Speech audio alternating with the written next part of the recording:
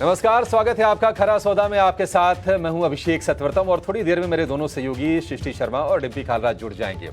बाजार में 2 दिनों की लगातार तेजी के बाद, तूफानी तेजी के बाद, इनफैक्ट कल हमने देखा कि हल्की सी नरमी रही। हालांकि शुरुआत अच्छी थी, लोअर लेवल से आखिरी घंटे में रिकवरी की कोशिश जरूर हुई, लेकिन निफ्टी 25-26 अंकों की हल्की सी गिरावट पर बंद हुआ। लेकिन आज बाजार के लिए संकेत ही ठीक ठाक। एक तो जियोपॉलिटिकल टेंशन जो काफी लंबे समय से चल रही है, उसमें एक थोड़ी सी राहत जरूर आई है। कंप्लीट राहत नहीं है, लेकिन थोड़ी सी राहत जरूर है, और वो है इजराइल और हिजबुल्लाह के बीच में युद्ध विराम यानी कि सीज फायर का ऐलान। आज सुबह से दोनों देशों के बीच में ये युद्ध विराम लागू हो जाएगा। इजराइल और लेबनान के बीच में इजराइल की जो सेनाएं हैं लेबनान की धरती से वापस आनी शुरू हो जाएंगी। तो एक बड़ा मेजर हम कहेंगे कि स्टेप है डी एस्केलेशन की तरफ। और अगर हम देखें तो अमेरिकी बाजारों में लगातार तेजी चल रही है। सवाल ये है कि क्या भारतीय बाजार भी आज फिर से पार्टी के मूड में आएंगे, क्योंकि एक और चीज आज अच्छी है और वो है एफआईज का आंकड़ा, लगातार दूसरे दिन खरीद का। तो पहले 4 ट्रिगर देखते हैं कि बाजार के लिए आज मेजर ट्रिगर्स कौन सी होंगे, और उसके बाद एक एक करके सिलसिलेवार ढंग से हम आगे आपको शो में लेकर चलेंगे। खबरों वाले शेयर होंगे, ट्रेडिंग कॉल्स होंगी, तमाम रिपोर्ट्स होंगी। तो आपको कहीं जाना नहीं है, अगले 2.5 घंटे तक हमारे साथ बने रहना है। ये 4 बड़े संकेत बाजार के लिए। डाउ ने लगातार 5वें सत्र में तेजी बनाई है और लगातार दूसरे सत्र में नया रिकॉर्ड बनाया है। S&P 500 भी रिकॉर्ड पर पहुंचा है। कल हमने देखा कि नैस्डैक में भी 120 अंकों के आसपास की तेजी रही। थोड़ा सा वोलेटाइल ट्रेड रहा नैस्डैक में जरूर, लेकिन तीनों के तीनों इंडेक्स ने बढ़िया रफ्तार से दिखाई है। और आज गिफ्ट निफ्टी करीब 40 अंकों की बढ़त पर खुलने के संकेत दे रहा है, 24,250 के आसपास है। इजराइल और हिजबुल्लाह में युद्ध खत्म हो गया है। फ्रांस और अमेरिका ने मध्यस्थता की है। उसके बाद फ्रांस और अमेरिका दोनों राष्ट्रपति ने ज्वाइंट स्टेटमेंट भी जारी किया। तो एक बढ़िया स्टेप। इजराइल की जो सुरक्षा कैबिनेट है उसने 10-1 से युद्ध विराम को मंजूरी दी है। तो एक बड़ी सफलता ये जरूर है। क्रूड में हालांकि पहले नरमी आ गई थी, क्योंकि खबर तो पहले से ही आ रही थी कि युद्ध विराम हो जाएगा। आखिरकार उस पर मुहर लगी। क्रूड $73 के नीचे कारोबार कर रहा है, हल्की सी नरमी के साथ। सोने में चूंकि हम लगातार नरमी देख रहे थे, तो थोड़ी सी बाइंग उसमें लोअर लेवल से आ रही है। एफआईएस की 2 दिन से लगातार खरीदारी है, और परसों की जो खरीदारी थी ना, वो उतनी इंपॉर्टेंट नहीं थी। वो तो आई थी MSCI की रीबैलेंसिंग के चलते। कल वाली खरीदारी शायद बाजार का मूड थोड़ा सा और बेहतर करे। 1150-1200 करोड़ रुपए के आसपास ही सही, लेकिन एक अच्छी चीज ये बाजार के लिए है, क्योंकि हमने लगातार 38 डेज की, 38 दिनों की लगातार हमने कैश में सेलिंग देखी थी। अब 2 दिन में जो खरीदारी का आंकड़ा हो गया है वो हो गया 11,000 करोड़ रुपए का।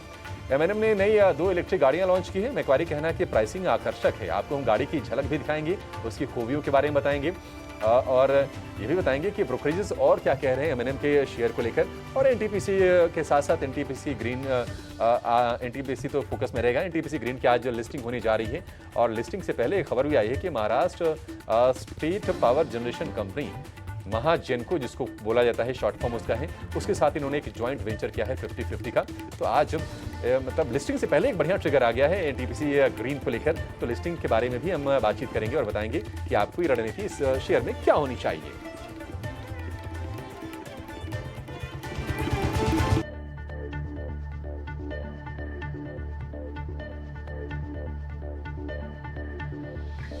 चलिए, ट्रिगर्स है जहां पर रहेगी बाजार की नज़र, क्योंकि कल हमने देखा था कि कई सारा स्टॉक स्पेसिफिक एक्शन ज़रूर देखने को मिला था। हालांकि इंडेक्स लेवल पे इतना उतार चढ़ाव नहीं था, पर आज के लिए सबसे पहले आइए समझ लेते हैं कि ग्लोबल ट्रिगर्स क्या कुछ है। अभिषेक, गुड मॉर्निंग। आपसे ही समझना चाहेंगे कि ओवरनाइट क्या कुछ हमें देखने को मिला US के बाजारों में, और अभी एशिया बाजारों से क्या कुछ संकेत मिल रहे हैं।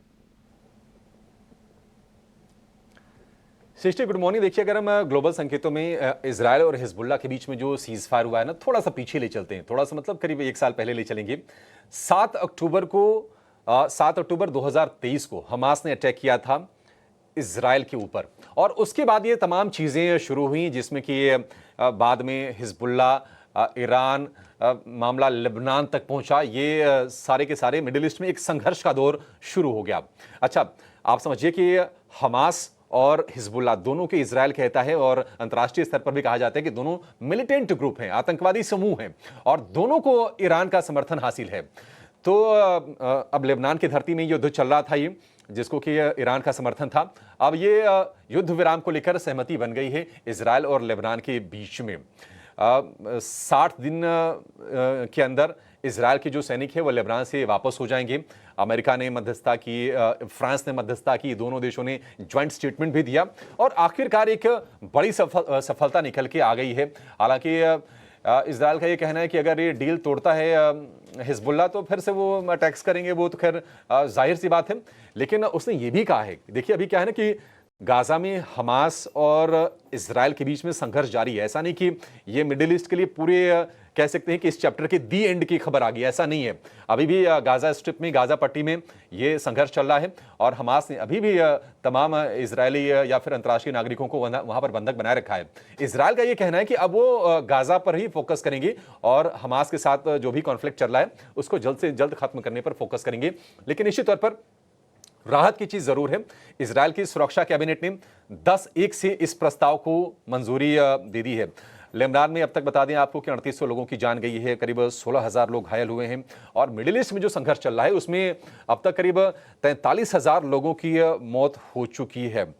बता देंगे आपको कि हमास के हमले में 1200 लोग मारे गए थे जब हमास ने लास्ट ईयर जब अटैक किए थे इजरायल के ऊपर और 200 लोगों को बंधक बनाया था। वो एस्केलेशन अभी भी चल रहा है, उसमें बहुत ज़्यादा हमें सफलता नहीं मिली है। लेकिन हाँ, इजरायल ने कहा कि अब वो उस पर फोकस करेगा। तो एक राहत ये ज़रूर निकल के आई है मिडिल ईस्ट से। इसके चलते हम देख रहे हैं कि कच्चे तेल में हल्की सी नरमी है। हालांकि भाव $73 के आसपास ही, ज़्यादा ना तो चढ़े थे ना ज़्यादा उनको गिरना था। लेकिन एक अच्छा संकेत अमेरिकी बाजारों से, कल हमने डाउ में लगातार 5वें सत्र में तेजी देखी है। डाउ जोन्स कल करीब 125 अंक चढ़ के बंद हुआ है। निचले स्तर से करीब 450 अंकों की सॉलिड रिकवरी हमने डाउ जोन्स में देखी है। S&P 500 ने भी रिकॉर्ड बनाया है। नेस्डेक में 120 अंकों के आसपास की तेजी रही, थोड़ा सा उतार चढ़ाव भरा सत्र रहा लेकिन बढ़िया तेजी हमने नेस्डेक में देखी है। हालांकि आफ्टर मार्केट में डेल टेक्नोलॉजीज के शेयर में करीब 11% के आसपास की गिरावट हमने देखी है और उसकी वजह यह कि नतीजे अनुमान से कमजोर आने की आशंका है। आज कुछ अहम आंकड़े होंगे अमेरिका में जिस पर बाजार फोकस करेगा, वो है पर्सनल कंजम्पशन एक्सपेंडिचर यानी कि पीसीई के आंकड़े। सालाना आधार पर 2.8% की बढ़त की उम्मीद है। इसके अलावा पर्सनल इनकम और कंज्यूमर स्पेंडिंग के आंकड़ों पर भी बाजार की नजर होगी। सिर्फ बाजार नहीं, इन आंकड़ों को यूएस फेड भी ब्याज दरों में कटौती के लिहाज से, कटौती की रफ्तार क्या होगी उस लिहाज से बड़े कीनली वॉच कर रहा होगा।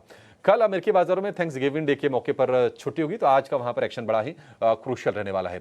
एशिया की बात करें, मिले जुले संकेत हैं। जापान के बाजार निक्के में लगातार दूसरे सत्र की गिरावट है। 2 दिनों की बढ़िया तेजी के बाद आज फिर से 250 अंकों के आसपास की कमजोरी है निक्केई में। लेकिन हांगकांग में हल्की सी तेजी है और चीन के बाजार की बात करें वहां पर आधे % के आसपास की गिरावट। लेकिन अपना संकेत गिफ्ट निफ्टी 40 अंक ऊपर ही है। लेकिन उम्मीद करके चलेंगे कि ओपनिंग के बाद शायद ये तेजी और बढ़ती हुई आपको दिखाई दे सकती है।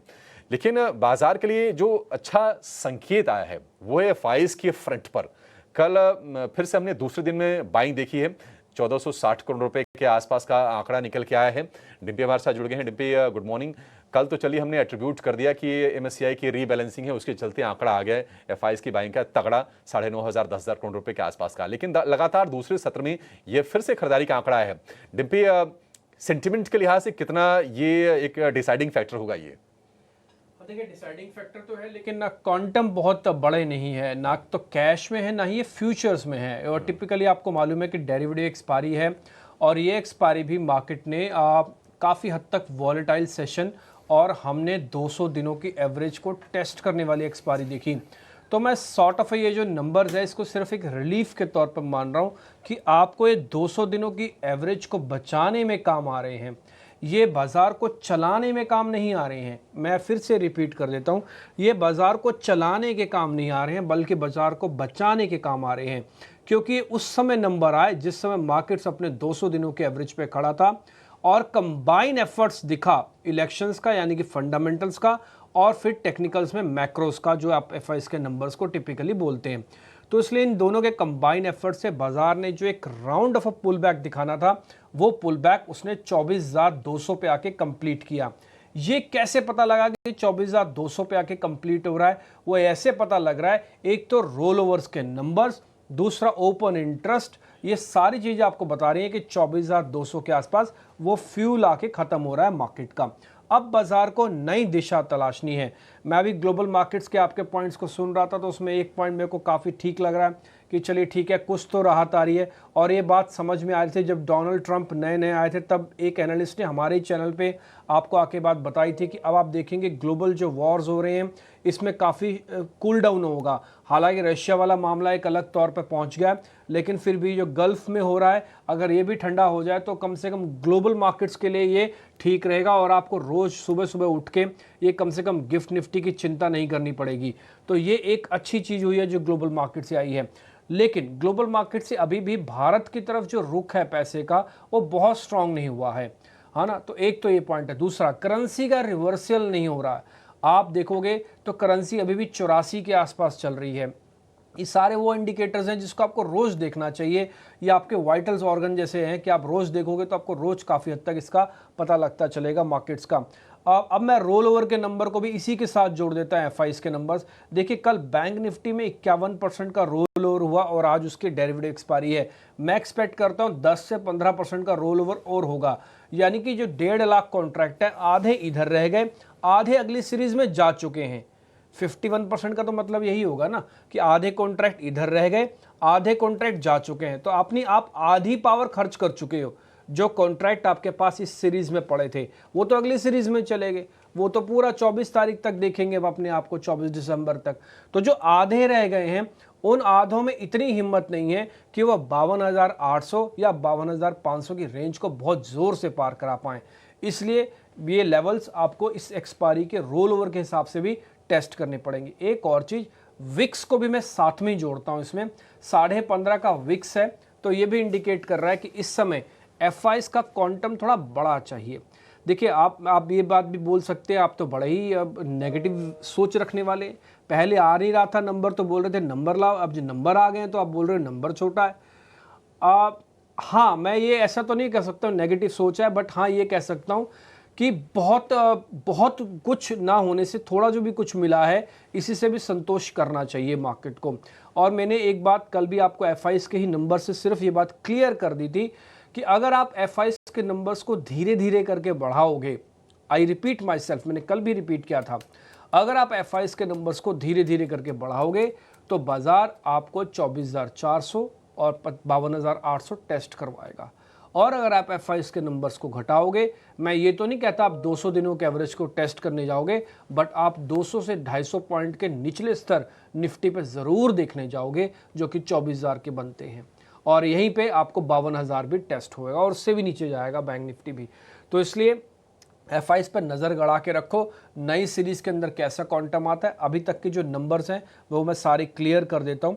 एफआईएस की जो टोटल होल्डिंग्स है लॉन्ग साइड की वो है करीब इस समय 35%। ये 36% से घटकर 35 हुई है, यानी कि 35% ही है ऑलमोस्ट। रिटेल के पास 64% की होल्डिंग है। आई रिपीट, रिटेल के पास लॉन्ग पोजीशंस 64 की है। आपको ध्यान होगा शिष्टी अभिषेक, हमने ये बात रखी थी जब 68-69% के पास रिटेल आ गया था, हमने कहा था रिटेल को माल छोड़ना होगा और एफआईएस को माल पकड़ना होगा, तभी आप में तेज़ी आएगी। आप रिटेल रखोगे 68%, 69% और बोलोगे एफआईएस के आके होल्डिंग सिस्टम में थोड़ी बढ़ जाए, वो काम की नहीं होगी। तो इसलिए रिटेल ने थोड़ा माल छोड़ा है और एफआईएस ने थोड़ा माल पकड़ा है। इसलिए आप ये जो स्ट्रेंथ है ना, इसको नेक्स्ट डे भी फील करते हो। कल भी आपने फील किया, कितने पॉइंट्स का लॉस था कल? सिर्फ 27 पॉइंट का निफ्टी पे। बैंक निफ्टी पे कितने पॉइंट का लॉस था? 16 पॉइंट का लॉस था सिर्फ बैंक निफ्टी पे। तो एथिकली कल का दिन चर्निंग का निकला। आज भी एफआईएस का डाटा यही बता रहा है कि आप चर्निंग की तरफ बढ़े हुए हो, क्योंकि मैंने बताया क्योंकि आधा % से ज़्यादा रोल हो चुका है सिस्टम में, इसलिए आपके पास आधी एनर्जी के साथ काम करोगे। तो आगे चल के मैं आपको लेवल्स बता दूंगा, लेकिन फिलहाल आज आप एक चर्निंग वाले सेशन में फिर से जा रहे हो। स्लाइटली पॉजिटिव होगा, इसकी ज़रा चिंता नहीं है, आप घबराइए नहीं। बाजार अभी जो नीचे नहीं जा रहा है जल्दी। ठीक है, तो एफआईएस के आंकड़ों के मायने। लेकिन डिब्बी, अगर हम कल के सत्र की बात करें तो आईटी, फार्मा, मेटल का थोड़ा मिला जुला सपोर्ट बाजार को मिला और कम से कम अपने लेवल्स को बाजार ने प्रोटेक्ट किया। लेकिन अगर हम निफ्टी को देखेंगे, लोअर लेवल से 1000 अंकों की रफ्तार आ चुकी है, निफ्टी बैंक में 2000 अंकों की रफ्तार आ चुकी है। और कल आप भी साथ में थे, राजेश पालवे ने कहा कि निफ्टी के लिए 24,000 और 24,050 और 24,400 एक रेंज है। क्या रेंज के दोनों तरफ कोई मूव आने दें, उसके बाद ही कोई एग्रेसिव ट्रेड लेना है, या फिर छोटे छोटे तेजी के सौदे बाय ऑन डिप्स कर सकते हैं? यही रेंज जो राजेश पालवे ने कल आपको 3 बजे बताई थी, ये रेंज हमने सुबह ही आपको सुबह 8 बजे बताई थी, क्योंकि मार्केट था 24,200 पे बंद। हमने सुबह आपके सामने ये पॉइंट भी रखा था कि 200 पॉइंट ऊपर रेजिस्टेंस है, 200 पॉइंट नीचे सपोर्ट है। आपकी मर्जी है आपको क्या करना है। आपको डिप पे प्लस करना है, आप प्लस करो, आप नहीं करना चाहते मत करो। आपको ऊपर जाके बेचना है बेचो, नहीं बेचना मत बेचो। और हमने ये बात भी बोली थी कि डिसिप्लिन बॉय की तरह है। आपको याद होगा हमारे पीसीआर के डायरेक्टर हैं आनंद जी, उनको भी याद होगा हमने कॉल और पुट एक साथ दिखाई थी कल 24,200 की, और ये बात सुबह ही आपके सामने 10 बजे रखी थी कि दिन भर की चर्निंग मार्केट की ऐसी ही रहेगी। आप देख लेना मार्केट्स में जो राइटर्स है अपना काम करेंगे, क्योंकि डाटा बता रहा है, मेरे से थोड़ी चल रहा है मार्केट। आपको लगता है कि मेरे से चलता होगा मार्केट? ना मैं गलत फहमी पालूं ना आप गलत फहमी पालें, ये तो डाटा से चल रहा है ना, आपको स्क्रीन पे दिख रहा है। कोई आदमी गुपचुप तरीके से भी सौदा प्लस करेगा, उसने कंबल ओढ़ रखा है, ठीक है जी, उसके बाद वो गुपचुप तरीके से सौदे प्लस कर रहा है, क्या टर्मिनल को नहीं पता लगेगा?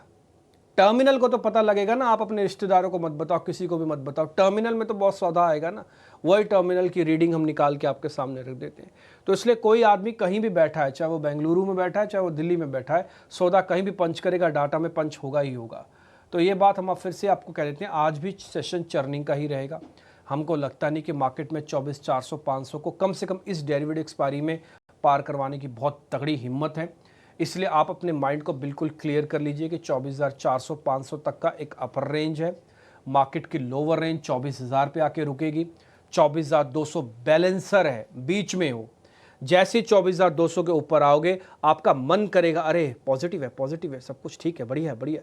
और जैसे 24,200 के नीचे जाओगे आपको लगे अरे नहीं, कहीं नीचे तो नहीं चला जाएगा, कहीं नीचे तो नहीं चला जाएगा, ये ऐसा आपका मन करेगा। और ये बात हमने आपसे एक बात बताई भी थी कि ये जो फील गुड और फील बैड वाली सिचुएशन है ना, ये कल मार्केट आपको करवाएगा। और आपने कल दिन भर में देखा होगा बहुत सारे लोगों को लगा अभी चला बाजार, और बहुत सारे लोगों को अभी गिरा बाजार। ना बाजार गिरा ना चला, कुल मिला के 27 पॉइंट, कुल मिला के 16 पॉइंट्स के अंदर ऐसा बारीक चर्निंग करता गया कि सबके पैसे ले गया कॉल्स और पुट वालों के।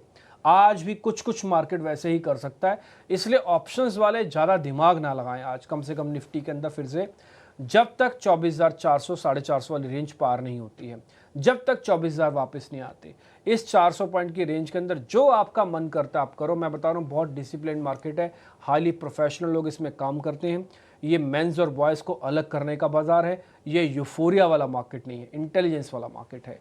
तो ये सारी चीज़ें हमने मोटा मोटी निफ्टी की क्लियर कर दी। शॉर्ट वॉट करना नहीं, देखो शॉर्ट करना, मैं ऐसा नहीं कि मैं शॉर्ट के खिलाफ नहीं रहता, बट शॉर्ट करना क्या है, एक तो हमारे नेचर में नहीं है, ठीक है ना। आप टिपिकली मार्केट्स के अंदर आते हैं तो आप लॉन्ग ही करते हैं। आपको मैं वेट करवा सकता हूँ बट मैं शॉर्ट नहीं करवाता। शॉर्ट करवाने के लिए बहुत ही प्रोफेशनल नॉलेज चाहिए, फिर हेजिंग वेजिंग भी चाहिए, फिर आपका कैलकुलेशंस अलग किस्म के होते हैं। मान लो आपके पास पोर्टफोलियो है कुछ ही अलग तरीका, तो आप अलग सोचते हैं, फिर यहाँ अलग सोचते हैं। तो इसलिए मैं थोड़ा शॉर्ट करवाने से बचता हूँ, बल्कि बाइंग और डिप्स करवाने में बिलीव करता हूँ। ठीक, तो ये आपके लिए मैंने निफ्टी के लेवल्स क्लियर कर दिए हैं, सपोर्ट रेजिस्टेंस सामने छपा हुआ है। ठीक है, तो चलिए निफ्टी पे तो हमने रणनीति समझ ली, पर डिम्पी कल निफ्टी बैंक में भी कुछ खासी उत्साह नहीं देखने को मिला, लगभग सपाट ही हम बंद हुए। आज क्या निफ्टी बैंक भी वैसा ही कुछ ट्रेड फॉलोअप आते हुए हम देखेंगे? क्या यहाँ पे कोई रणनीति बनानी चाहिए फ्रेश पोजीशंस के लिहाज से? देखिए निफ्टी बैंक के साथ था थोड़ी सी सिचुएशन अलग है।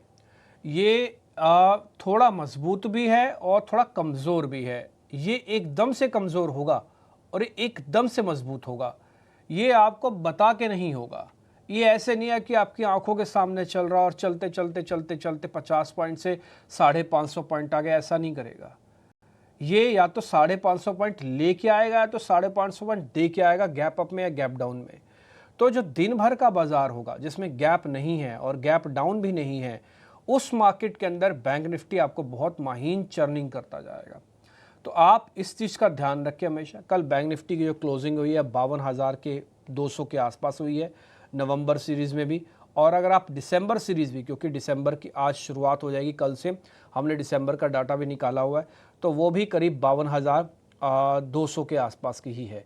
थोड़ा बहुत प्रीमियम है करीब 200-250 पॉइंट का, वो आपको रोल ओवर कॉस्ट के तौर पर देना होगा अगर आप नवंबर छोड़ के दिसंबर में जाना चाहते हैं। देखो मेरे से मिस क्या हुआ, मिस इन द सेंस मतलब मैं चाहता क्या था और नो नहीं हुआ। इस पुल बैक में मैं चाहता था कि 52,800 आ जाए धक्के से, जोर से आ जाए 52,800, ये छूट गया पीछे इस बार 52,800।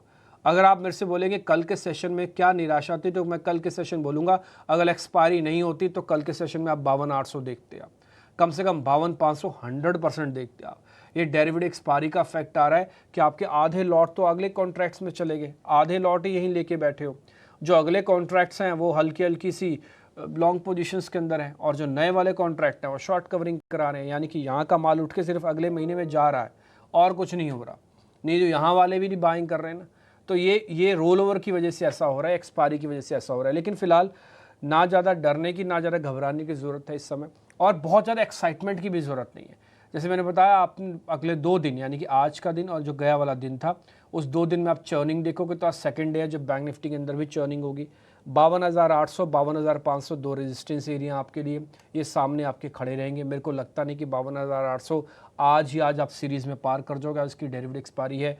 मैं मिस की बात बोल रहा हूँ, इसलिए बोल रहा हूँ क्योंकि जब आप अगली सीरीज़ में लेके जाओगे, मान लो एग्जाम्पल बताता हूँ, आप 52,200-300 पे खड़े हो, अभी जहाँ पे खड़े हो आपका टारगेट है 52,800 का, आप 52,800 पे माल काटोगे। लेकिन अभी प्रॉब्लम क्या होगी पता है आपको 250 पॉइंट 300 पॉइंट का प्रीमियम देना पड़ गया। 300 पॉइंट तो आपकी और महंगी हो जाएगी, क्योंकि आपने टाइम बाय कर रहे हो, आप दिसंबर में जा रहे हो, आप नवंबर कॉन्ट्रैक्ट कर, ये छूट गया। यही 300 पॉइंट बिना दिए अगर आप 52,600 700 तक भी ले आते ना, तो ज़्यादातर लोग माल काट देते, फिर नई तरीके से ऊर्जा आती। अब लेकिन जिनका 52,800 टारगेट है ना, उनको ज़बरदस्ती बेचारों को अगली सीरीज़ में जाना पड़ेगा और 300 पॉइंट देने पड़ जाएंगे। तो एक थोड़ी सी कैलकुलेशन हो रही है, ये आपको अपने हिसाब से करनी है, अपने पोर्टफोलियो के हिसाब से। अगर मैं आपकी जगह होता तो मैं शायद इस 300 पॉइंट के रोल ओवर की वैल्यू ना छोड़ते हुए, मेरे को अगर विजन दिख रहा है तो मैं ले जाता, और मेरे को विजन नहीं दिख रहा है मैं छोड़ जाता। तो विजन तो फिलहाल 52,800 तक का ही मैं ही दे पाऊंगा आपको, इसके ऊपर कुछ नहीं। तो आपको शॉर्ट वॉट करना नहीं है, मोटा मोटी सारे लेवल्स मैंने आपकी स्क्रीन पर रख दिए।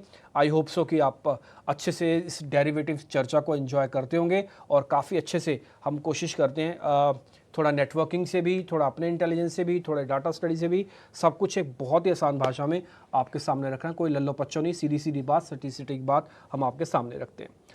राहुल घोष, अच्छा एक और चीज़, आज F&O बैन में कोई शेयर नहीं है। मैं ये काफ़ी कम एक्सपायरीज में देखता हूँ कि on a day of near to expiry भी बैन में रहते थे शेयर, बट इस बार F&O बैन में नहीं है। तो थोड़ी शांति है इस बार के डेरिवेटिव एक्सपायरी में। टिपिकली पिछले 2 कॉन्ट्रैक्ट या 3 कॉन्ट्रैक्ट देखेंगे तो बैन वाले दिन भी, एक्सपायरी वाले दिन भी बैन लगते थे। तो इस बार कोई F&O बैन में शेयर नहीं है, ये पॉइंट आपको और नोटिस कराना था। राहुल घोष मेरे को स्क्रीन पर दिख रहे हैं। राहुल सर नमस्ते, बहुत शुक्रिया, thank you very much. Aditya Arora आपका भी बहुत बहुत शुक्रिया, थैंक यू वेरी मच समय देने के लिए। राहुल सर पहले तो आते हैं जरा निफ्टी की स्पीड और निफ्टी की ताकत पे जरा बताइए सर। इसकी एक डेरिवेटिव एक्सपायरी यानी कि जो परसों होगी निफ्टी की, आज तो बैंक है, तो ये 24,400 को पार कर जाएगा या फिर ये 2 दिन यहीं काटने जा रहा है, इसका डेरा यहीं जमा हुआ है, 24,400 500 को पार नहीं करेगा, ये यहीं रुकेगा और ये 24,000 भी नहीं तोड़ेगा। आपको जो करना है सो करो, आप बीच में करते रहो जो काम। नमस्ते और गुड मॉर्निंग। सो निफ्टी चार्ट में एक बहुत ही इंटरेस्टिंग चीज नोटिस करेंगे। पहले तो एक हेड एंड शोल्डर पैटर्न से ब्रेकडाउन हुआ, ब्रेकडाउन से टारगेट अचीव हुआ नीचे के साइड में, और अभी जो रीबाउंड हुआ है वो जो नेकलाइन का ब्रेकडाउन हुआ था उस कस्प पे खड़ा है। जब तक 24,450 क्रॉस नहीं होता है वो कस्प क्रॉस नहीं होता है, विच मीन्स दैट 24,450 के नीचे अभी भी there is a possibility of consolidation या एक नीचे के साइड का मूवमेंट। मेरे ख्याल से इस स्टेज में, और मेरा एक कॉल भी ये होने वाला था कि 24,500 के ऊपर आप निफ्टी को लॉन्ग कर सकते हैं। स्टॉप लॉस 24,350 का रखिए और एटलीस्ट 300 350 पॉइंट ऊपर की तरफ एक्सपेक्ट कर सकते हैं। आई रिपीट, 24,500 के ऊपर जो ये कस्प की बात मैंने किया, ये रेजिस्टेंस के ऊपर सिर्फ लॉन्ग कीजिएगा। 150 पॉइंट का स्टॉप लॉस 24,350 पे स्टॉप लॉस रखिएगा और 300 350 पॉइंट ऊपर की साइड के लिए खेल सकते हैं, जो निफ्टी का नजरिया होगा। जब तक 24,450 24,500 क्रॉस नहीं होता है आप निफ्टी को साइडवेज एक्सपेक्ट कर सकते हैं या थोड़ा सा सेलिंग भी एक्सपेक्ट कर सकते हैं, जब तक ये इंपॉर्टेंट लेवल टेकआउट नहीं होता। इंपॉर्टेंट लेवल है 400 450 पॉइंट वाला, जो आपको कल चंदन तापड़िया बता रहे थे, हमने आपको कैलकुलेशंस करके बताया, और आज राहुल सर भी आपको यही बात बता रहे हैं। और ये बात हम सिर्फ कह नहीं रहे हैं, और लोग कहते होंगे, हमारा तो दिखाने में बिलीव है, हम आपको दिखाते हैं, जरा चार्ट आपको मैं दिखाता हूँ क्यों 450 के लेवल की इंपॉर्टेंस है, क्यों वहाँ पे रिवर्सल की बात हो रही है कि अगर ये नहीं पार हुआ तो वापस आप नीचे आ जाओगे और थोड़ी पर प्रॉफिट बुकिंग सीवियर भी हो सकती है। एक बार जरा मेरी स्क्रीन दिखा सकते हो आप, जरा जल्दी से दिखाइए, फिर हमको ट्रेड भी लेने हैं। अगर आप देखेंगे तो आपने 200 दिनों के लेवल पे एवरेज पे कर तो दिया, प्लस उसका गैप भी कर दिया, लेकिन हर उसके बाद एक 50 दिन की एवरेज अपर एज पे खड़ी है, वो आपसे बार बार ब्रेक नहीं हो रही है। ये वो एवरेज है, वही ये 450 लेवल का पॉइंट है जो मैंने डेली चार्ट पे दिखाया है। ये रिवर्सल हुआ 200 दिनों के एवरेज पे, लेकिन जब तक ये ब्रेक नहीं होगा, ये पूरी ट्रैपिंग जो ये यहाँ वाला इस एरिया है, इसकी पूरी ट्रैपिंग ये नहीं आएगी। फिर से क्या होगा, आप यहीं से वापस जाओगे और वापस आ सकते हो उसी 24,000 और 23,800 की तरफ भी आ सकते हो और उसके भी नीचे जा सकते हो वापस से। तो ये पूरा का पूरा मोमेंटो आपका फेल हो जाएगा। कहोगे तो मैं आपको ड्रॉ भी करके दिखा सकता हूँ। ये पूरा का पूरा मोमेंटो वापस से ऐसे फ्लो हो जाएगा, वापस आ जाएगा। ठीक है, तो इसको पार करो 450 को और एक्सपायरी के आसपास करोगे तो ज़्यादा अच्छा रहेगा। आदित्य अरोड़ा भी मेरे को स्क्रीन पे दिख रहे हैं। आदित्य सर नमस्ते, आपके share sir, good morning. Very good morning Nimpy ji. देखिए बाजार थोड़ा बहुत न्यूट्रल जोन में है, इसके चलते एफएमसीजी और फार्मा में अच्छा रुझान दिख रहा है, अच्छा आउट परफॉर्मेंस दिख रहा है। तो मैंने चुना है स्टॉक मेट्रोपोलिस। इसको बाय किया जा सकता है 2158 में। स्टॉप लॉस रहेगा 2058 और टारगेट रहेगा 2258।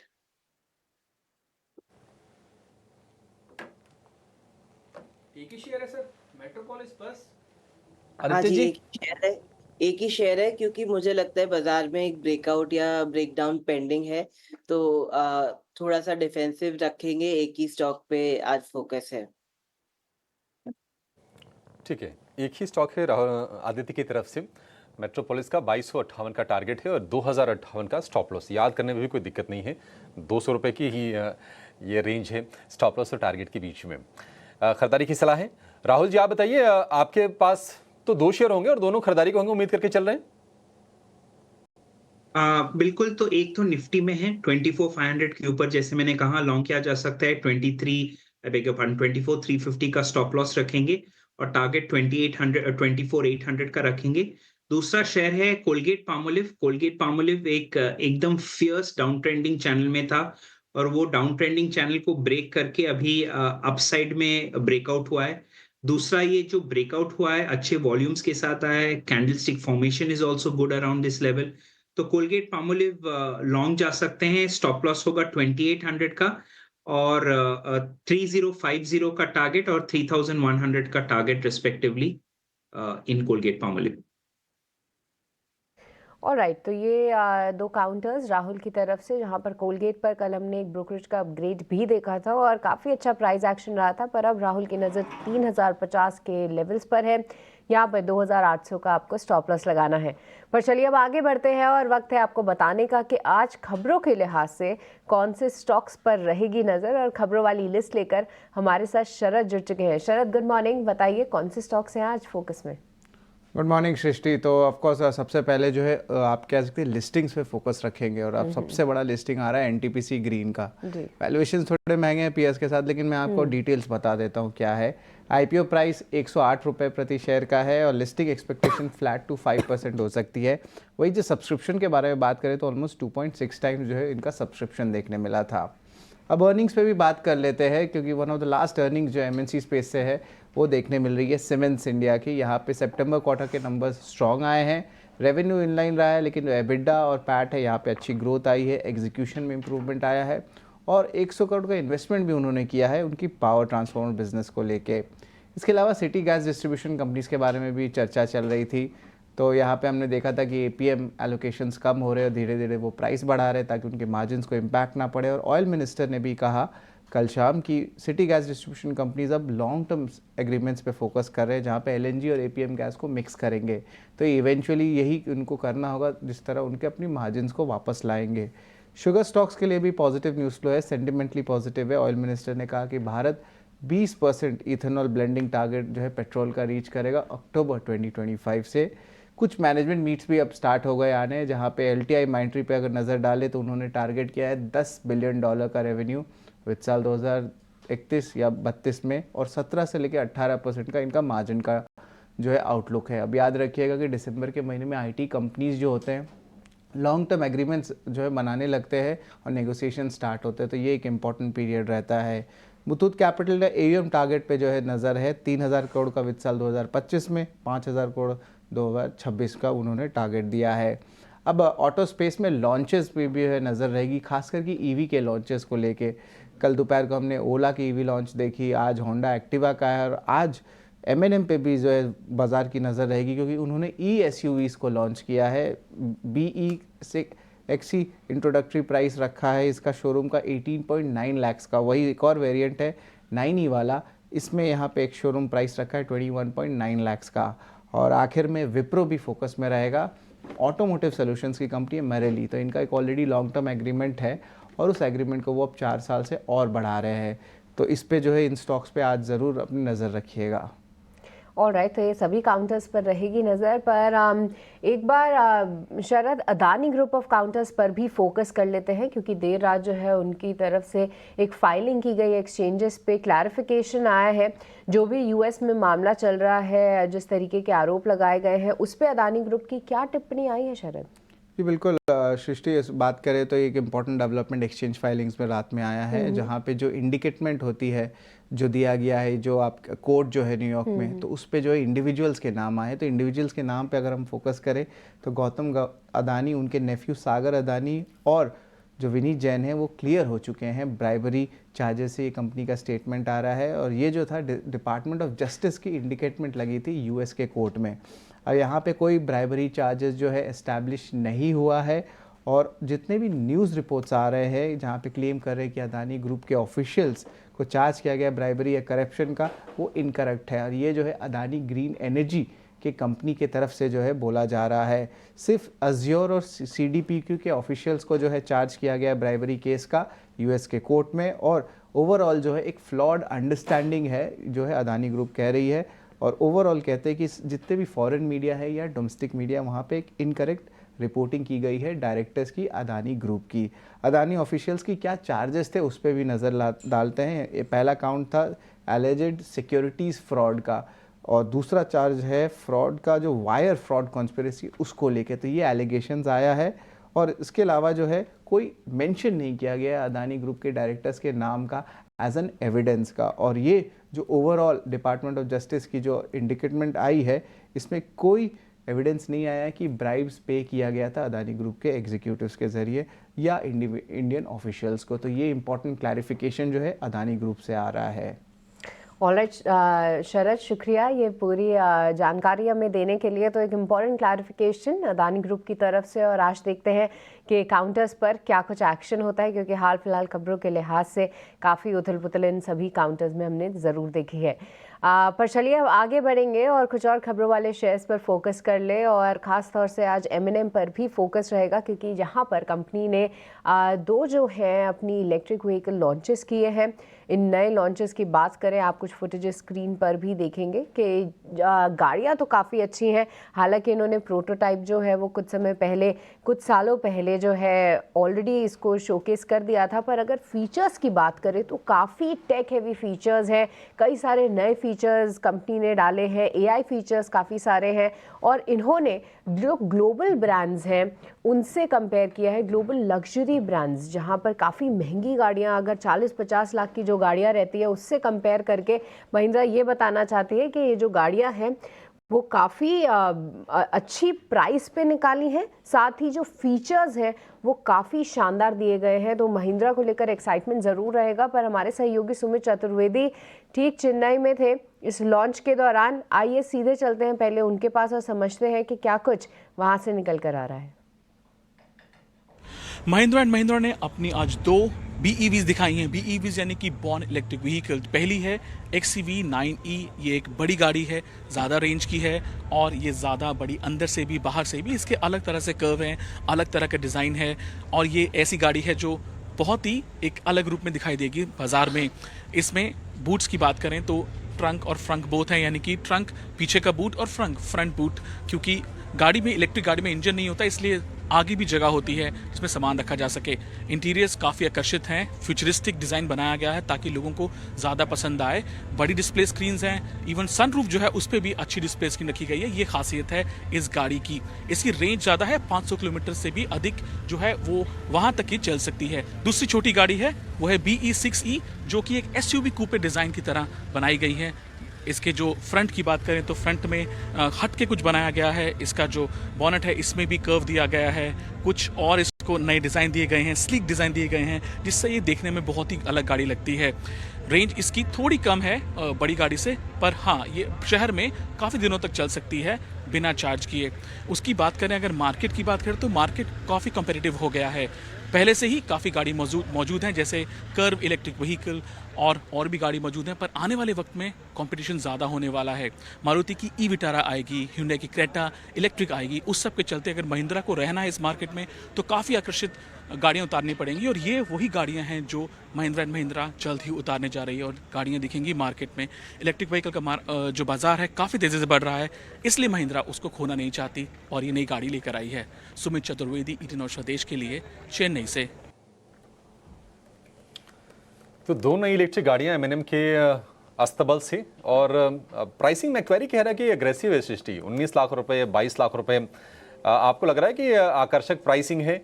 क्योंकि ऑलरेडी अगर हम भारतीय बाजार की बात करें, देखिए आप टेस्ला से तुलना करेंगे तब तो आपको आकर्षक प्राइसिंग लगेगी, लेकिन यहाँ पर नेक्सन EV मिल जाती है 12.5 लाख रुपए में, उस लिहाज से। और दूसरी चीज़, मतलब जो कॉन्सेप्ट कारें कंपनी दिखाती है ना, उसके मुकाबले जो डिज़ाइन फाइनल निकल के आया वो कुछ ज़्यादा अलग नहीं दिख रहा है मुझे तो। नहीं जी, आप बिल्कुल, अभिषेक आपके ऑब्जर्वेशन एकदम सही है कि डिज़ाइन में कोई ज़्यादा बदलाव नहीं है। कंपनी ने पहले ही इसका डिज़ाइन जो है थोड़ा सा अनवील किया ही था जब इनका एक लंदन में इन्होंने जो पूरा ये इसको ऑर्गेनाइज किया था अपने डिज़ाइंस दिखाने के लिए। पर अभिषेक, मेन बात जो है ना, इसकी रेंज जो कि लगभग 500 किलोमीटर के आसपास है, वो काफ़ी अच्छी है। साथ ही अंदर क्या फीचर्स देखेंगे अभिषेक, तो आपको लगेगा कि जो एक्सपीरियंस होने वाला है कस्टमर्स के लिए, और खास तौर से भारतीय कस्टमर्स के लिए अभिषेक, आई थिंक वो जो है वो चीज़ जो है आपके लिए एक डिफरेंस के तौर पर आएगी। क्योंकि आमतौर पे अब जिस तरीके से लोगों का रुझान उस प्रीमियमाइजेशन पर जाता है, महिंद्रा के आप अंदर देखेंगे तो आमतौर पे आपको एक डिजिटल क्लस्टर दिखेगा और एक इंफोटेनमेंट दिखेगा। ऐसी गाड़ियों में तीनों स्क्रीन्स आपको दिखेंगी, और साथ ही साथ AI एनेबल्ड फीचर्स, जिस तरीके के स्पीकर्स ला रहे हैं महिंद्रा एंड महिंद्रा। कल मैं इनकी प्रेजेंटेशन भी देख रही थी अभिषेक, तो 2 घंटे जो है कंपनी ने लगाए हैं सिर्फ अपने टेक फीचर्स बताने के लिए। थोड़ा सा लंबा इवेंट ज़रूर था, बट वो ये दर्शाना चाह रहे थे कि किस तरीके से जो है कंपनी ये सारे फैक्टर्स पर फोकस कर रही है। और मानना ज़रूर पड़ेगा अभिषेक कि 18 से 20 लाख में अगर आपको एक EV मिलती है इतने सारे फीचर्स के साथ, एक अलग डिज़ाइनिंग के साथ, तो जी हाँ, ये एक काफ़ी सराहनीय रह सकता है और एक नया मार्केट खोल सकता है अभिषेक मेरे हिसाब से। क्योंकि अभी तक हम जितना भी देखें तो एक अफोर्डेबल EV लाने की टाटा मोटर्स बात ज़रूर कर रहा है, धीरे धीरे करके वो प्राइसिंग कम कर रहा है, बट फीचर्स के लिहाज से आई थिंक M&M बाजी ज़रूर मार सकता है। पर एक बार अब समझते हैं हमारे एक्सपर्ट से भी कि उनका क्या नज़रिया है। हमारे साथ पंकज पांडे जुड़ चुके हैं ICICI सिक्योरिटीज़ के।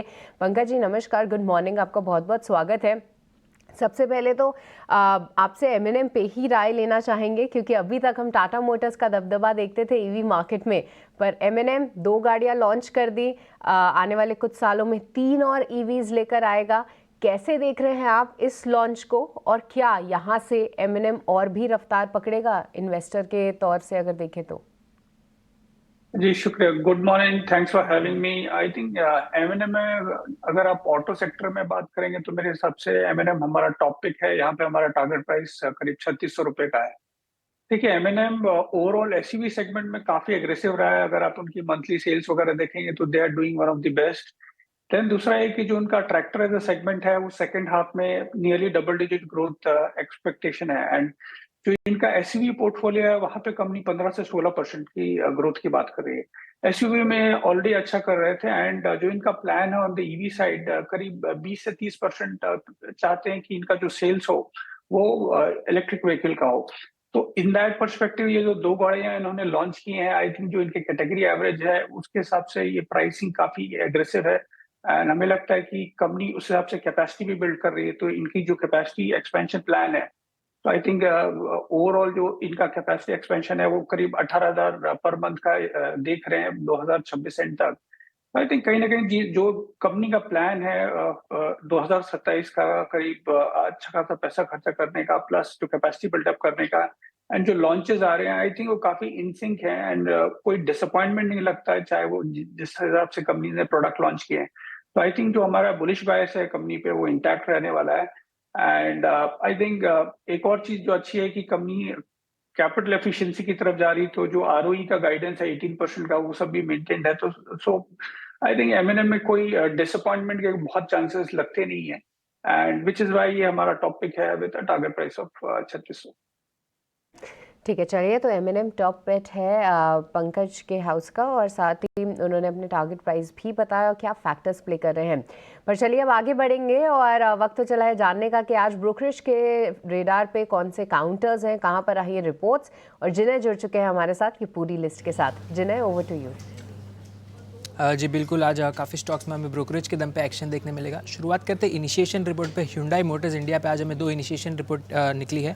पहली है मॉर्गन स्टैनली की, जिन्होंने ओवरवेट रेटिंग दिया, जो टारगेट प्राइस है वो है 2418 का, और उनका मानना है कि जो नई कैपेसिटी एडिशन है कंपनी में वो एक मार्केट रिवाइवल और जो प्रोडक्ट एक्शन देखने मिलेगा वो आगे 2-3 सालों का कंपनी का परफॉर्मेंस ड्राइव करेगा। उसी के साथ JP मॉर्गन की भी इनिशिएशन रिपोर्ट है, वहाँ पर भी ओवरवेट रेटिंग और जो उनका टारगेट प्राइस है वो है 2200 रुपये का। उनका मानना है कि जो PV सेगमेंट है वहाँ पे इंडस्ट्री में एक रिवाइवल देखने मिल सकता है सेकेंड हाफ ऑफ FY26 से, और बाकी जो केपेक्स का एफिशिएंसीज है उसके चलते कंपनी के एक हाई ROCE ड्राइव कर सकता है Hyundai मोटर्स इंडिया। तो 2 इनिशिएशन रिपोर्ट कंपनी पे डेफिनेटली फोकस में रहेगा। इसके अलावा M&M की बात करते हैं तो कई ब्रोकरेजेस ने अपनी रिपोर्ट निकाली है। अगर हम मैक्वायरी की बात करें तो उन्होंने कहा है कि जो स्ट्रॉन्ग EV मॉडल लॉन्च देखने मिला है कंपनी की तरफ से, उनको एक अट्रैक्टिव प्राइस रेंज नज़र आता है। उसके अलावा नोमुरा की बात करें तो उनका मानना है कि M&M के जो प्रोडक्ट्स है कई ग्लोबल प्लेयर्स से भी काफ़ी अच्छे लग रहे हैं। और तीसरा सिमिलर कमेंट्री जेफरीज की तरफ से भी हमें देखने मिली है। तीसरा स्टॉक जो फोकस में रहेगा, कल सीमेंस ने Q4 के नंबर्स जारी किए थे, वहाँ पे UBS पर एक रिपोर्ट है जहाँ पे उन्होंने न्यूट्रल रेटिंग दिया, जो टारगेट प्राइस है उसको अब हाइक करके कर दिया है 8,000 रुपये। उनका मानना है कि अगर हम Q4 को देख लें तो टोटल PNL इंप्रूव होते हुए नजर आए, और जो इलेक्ट्रिफिकेशन है वो बेसिकली इंडस्ट्रियल ग्रोथ ड्राइव कर रही है, और मैनेजमेंट की तरफ से भी रिजल्ट्स पे हमें काफ़ी पॉजिटिव कमेंट्री नजर आई, तो जिसके चलते सीमेंस भी आज फोकस में रहेगा।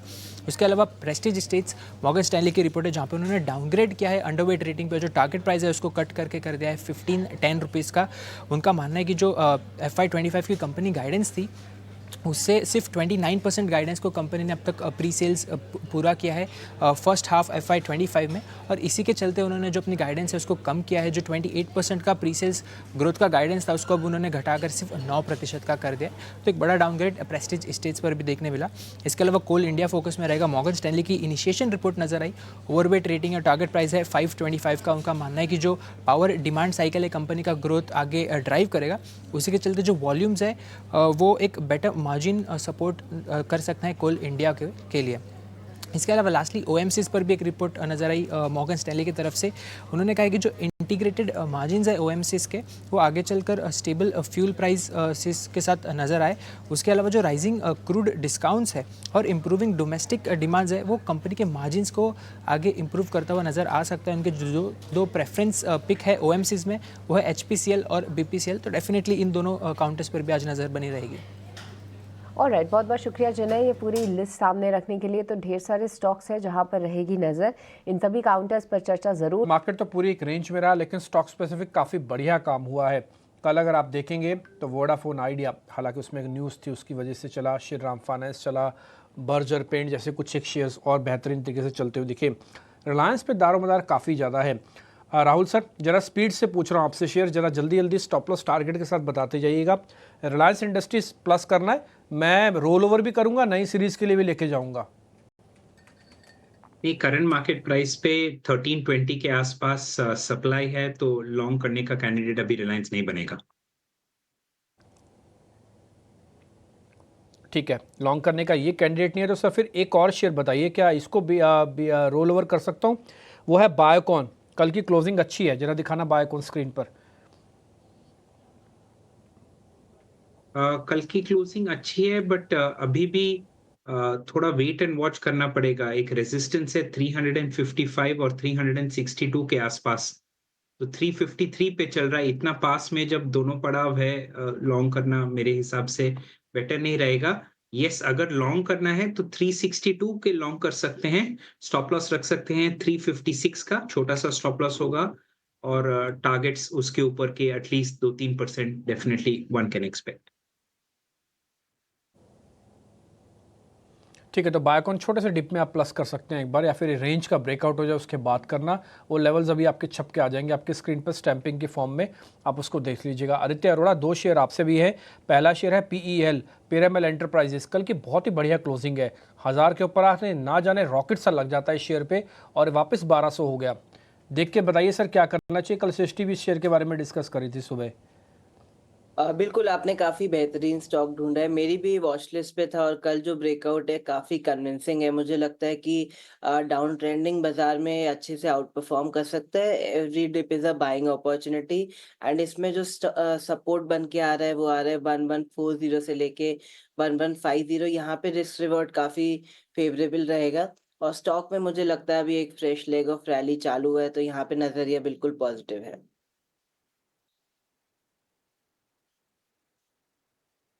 डिप्स करते रहो, होल्ड भी करो। 2 स्टैंपिंग लगा देते हैं हम, होल्ड की भी और बाइंग और डिप्स की भी, ताकि जिनके पास नहीं है उनको थोड़ा डिप में प्लस करना, जिनके पास है उनको जाना नहीं है। नए वालों को आना नहीं है, पुराने वालों को जाना नहीं है। ये मोटा मोटी आपके सामने हमने लिख दिया है, सामने छाप भी दिया है। बजाज ऑटो, तस्वीर थोड़ी ख़राब है आदित्य, जरा चेक करके बताना। शॉर्टिंग है ये तो, कल टूट रहा था शेयर और डेज लो पे बंद हुआ है। बजाज ऑटो क्या करें? बिल्कुल, देखिए ये एक वीक कैंडिडेट है, और अगर देखें तो अभी 200 डे मूविंग एवरेज के नीचे ट्रेड करने लगा है, तो मीडियम टर्म में यहाँ पे नज़रिया बिल्कुल नेगेटिव बनता है। बाजार आज 50 पॉइंट प्लस बता रहा है गिफ्ट निफ्टी, तो इसमें भी थोड़ा बहुत उछाला आ सकता है, बट पोजिशनल व्यू बना है तो यहाँ पे नज़रिया नेगेटिव बनता है। यहाँ पे स्टॉप लॉस लगाना चाहिए 9700 का, और टारगेट रहेंगे इसमें 8700 से लेके 8400 के, positionally, not tomorrow but positionally. ठीक है, पोजिशनली टारगेट होंगे, छोटा मोटा पुल बैक आ सकता है, तो इसलिए फिलहाल आप ये टारगेट और स्टॉप लॉस हिसाब से अपना रखिएगा जो हमने आपके सामने छापा है। और ये बड़ा ट्रेड है तो इसलिए आपको समय भी देना होगा इसके अंदर। अब जरा मैं पंकज जी के पास आता हूँ। पंकज सर नमस्ते, पहले तो बहुत शुक्रिया, थैंक यू वेरी मच समय देने के लिए।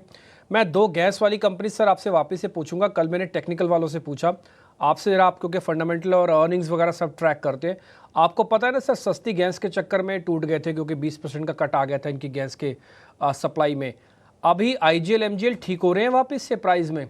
क्या अभी बैलेंस शीट में टाइम लगेगा, इनको भाव में भी टाइम लगेगा? आई थिंक देखिए, जो ओवरऑल वैल्यू चेन है कहीं ना कहीं अभी डिस्टर्ब हो गई है, बिकॉज जैसे अगर आप ऑटो में देखें, बजाज ऑटो ने एक CNG बाइक लॉन्च किया था, तो प्राइसिंग गैप है पेट्रोल और CNG में वो काफी था। उसकी वजह से अगर आप देखें 1/3 ऑफ जो व्हीकल सेल्स थे वो CNG के थे। कहीं ना कहीं सरकार का जो पर्सपेक्टिव नजर आता है कि वो इस सेगमेंट को सब्सिडाइज नहीं करना चाहते हैं, एंड जैसा उनके GST नंबर्स में भी दिखता है, बिकॉज आपके जितने ऑटो के भी ऑटो की जितनी भी कंपनीज है, सेगमेंट्स है, सब में 28% GST लगता है। तो ओवरऑल ऐसा कोई लगता नहीं कि सरकार की तरफ से यू टर्न आने वाला है। तो मेरे हिसाब से ये जो CNG वाले सेगमेंट वाली कंपनीज हैं, ये फिलहाल तो अवॉइड करना चाहिए। कोई बहुत अर्ली रिलीफ तो मैं एक्सपेक्ट नहीं कर रहा हूँ, बिकॉज जैसा लग रहा है कि पूरा वैल्यू चेन सरकार नहीं चाहता कि ये चीपर प्राइसेस पे चले, एंड ओवरऑल जो EV पे फोकस है वो सरकार का बिल्कुल बरकरार है। तो मेरे हिसाब से कहीं ना कहीं ये सारी कंपनीज या ये सारे सेगमेंट अवॉइड करना चाहिए, या फिर इवन ऑटो कंपनी जो काफी फोकस कर रही हैं CNG साइड में, मेरे हिसाब से कहीं ना कहीं वो एक बैकफायर करेगा आगे जाके, वहां पे आपको ड्यूरेबल ग्रोथ मिलने वाला नहीं है। तो मेरे हिसाब से ये both IGL and MGL, I think price decline तो हुए हैं, बट मैं इनमें कोई रिकवरी इतनी जल्दी एक्सपेक्ट नहीं करता। रिकवरी एक्सपेक्ट नहीं करेंगे? आप कह रहे हैं कि थोड़ा स्ट्रक्चरल प्रॉब्लम भी हो रही है, वो दिख रही है, वो पॉलिसीज़ में टिपिकली ज़्यादा तेज़ी से दिखती हैं। तो आपको ये जो लास्ट पॉलिसी वाली खबर आई थी उसने इम्पैक्ट तो बहुत ज़ोरदार छोड़ा है। थोड़ा समय दो, अभी अवॉइड की स्टैंपिंग लगा दी, अभी कोई ट्रेड ना करो, छोड़ दो इन दोनों शेयर्स को। आते हैं 2 शेयर्स पे और पे। राहुल सर जरा CUB, सिटी यूनियन बैंक या फेडरल बैंक, दोनों की कल की क्लोजिंग बहुत बढ़िया हुई है, दोनों में से रोल किसको करना है और अगली सीरीज़ में कौन ज़्यादा तेज चल सकता है? और ठीक है, आदित्य अरोड़ा से पता कर लेते हैं। आदित्य सर जरा चेक करना, सिटी यूनियन बैंक और फेडरल बैंक अगली सीरीज में कौन सा चलने वाला शेयर है? आई थिंक दोनों ही अच्छे हैं। दोनों ने अपने एकदम टॉप लेवल पे क्लोजिंग दी है, तो बुल्स इधर काफ़ी एग्रेसिव है और हर डिप पे एक अक्यूमुलेशन देखने को मिल रहा है। ऑल्दो मुझे लगता है कि जो बैंकिंग की तेज़ी है, बैंक निफ्टी की तेज़ी पे भी डिपेंड करती है, जो अभी रेंज बाउंड है, और इंटरनेशनल मार्केट पे भी डिपेंड करती है, जो भी अगेन रेंज बाउंड है। बट बाज़ार को चलते मुझे लगता है ये दोनों स्टॉक दोनों ही अच्छी क्लोजिंग पे खड़े हैं। टेक्निकली यहाँ पे एक अच्छा अपसाइड बनता है। तो दोनों पे नजरिया अभी एज ऑफ नाउ पॉजिटिव है।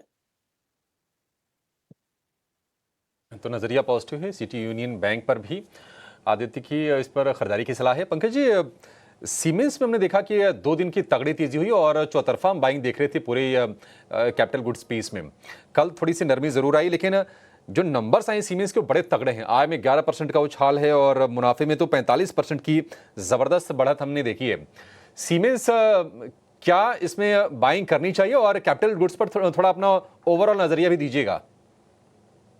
तो देखिए, कैपिटल गुड्स में जो एक अच्छी चीज हुई है महाराष्ट्र इलेक्शन के बाद में, कि जो एक आपको फीलर आ रहा है कि सरकार का जो केपेक्स गाइडेंस है और जो 11 लाख करोड़ है, वो कहीं ना कहीं 95% तक अचीव कर सकते हैं, जो कि उन्होंने लास्ट ईयर भी अचीव किया। तो सेकंड हाफ में आपकी जो ऑर्डरिंग टेंडरिंग है वो डेफिनेटली बेटर होनी चाहिए।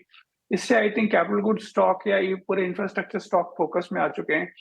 एंड अगर कैपिटल गुड्स में स्पेसिफिकली बात करें सीमेंस की, तो देखिए नंबर जैसे आपने बताया कि काफी अच्छे नंबर्स हैं। इनफैक्ट मार्जिन एक्सपेंशन भी करीब 260 बिप्स का हुआ है। जो ऑर्डर बुक है करीब 11% का ग्रो किया है, सॉरी 14% का ग्रो किया है, अगर आप लोकोमोटिव वाला सेगमेंट हटा देते हैं। एंड अगले 3 से 5 साल में भी अगर आप देखेंगे जिस हिसाब से सरकार का एक केपेक्स गाइडेंस मेंटेन्ड है, तो आपके जो चाहे रेलवे हो या पावर टी हो या ऑटोमेशन हो, आई थिंक इस इन सेगमेंट्स की वजह से एक अपनी स्वीट स्पॉट पे रहने वाली है। आई थिंक जो ओनली चैलेंज इस स्टॉक में आता है कि आप कैपिटल गुड्स में जितने भी एमएनसी नेम्स देखेंगे वो काफी वैल्यूएशन वाइज रिच होते हैं। तो अगर आप 1 या 2 साल के हिसाब से देख रहे हैं तो मेरे हिसाब से एंट्री नहीं बनती है। बट अगर आप 3 से 5 साल के हिसाब से देखते हैं तो मेरे हिसाब से ये स्टॉक लिए जा सकते हैं।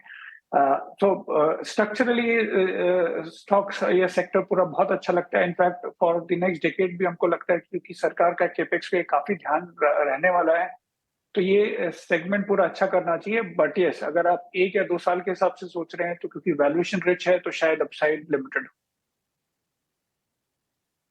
1-2 साल के लिए नहीं, आप 4 से 5 साल अगर सोचें तो सीमेंस ठीक है आपके लिए, लॉन्ग टर्म बेट है। इस बीच ग्लेनमार्क को लेकर एक खबर आ रही है। इन्होंने ग्लूकोमा की एक दवा लॉन्च की है, आंखों के लिए सोल्यूशन है। और हम देख रहे हैं कि ग्लेनमार्क के शेयर में कल हमने ठीक ठाक तेजी देखी है, 2-2.5% के आसपास की। ट्राइवोप्रोस्ट ऑप्थॉल्मिक ये सोल्यूशन का नाम है। एक बार जरा शेयर चेक कीजिए आदित्य आप। देखिए यहाँ पे कल एक अच्छा सपोर्ट लेके स्टॉक ने बाउंस बैक किया है। कुछ दिनों पहले स्टॉक ने 1450 से बाउंस बैक किया है, तो वो एक पॉजिटिव संकेत है। तो यहाँ पे नजरिया पॉजिटिव ही बनता है। अभी स्टॉक ट्रेड कर रहा है 152 पे, तो यहाँ पे नजरिया पॉजिटिव है और स्टॉप लॉस लगाना चाहिए 1480 का, और टारगेट रहेंगे 1560 से लेके 1590 के। 90 रुपए तक के लक्ष्य ग्लेनमार्क फार्मा के लिए।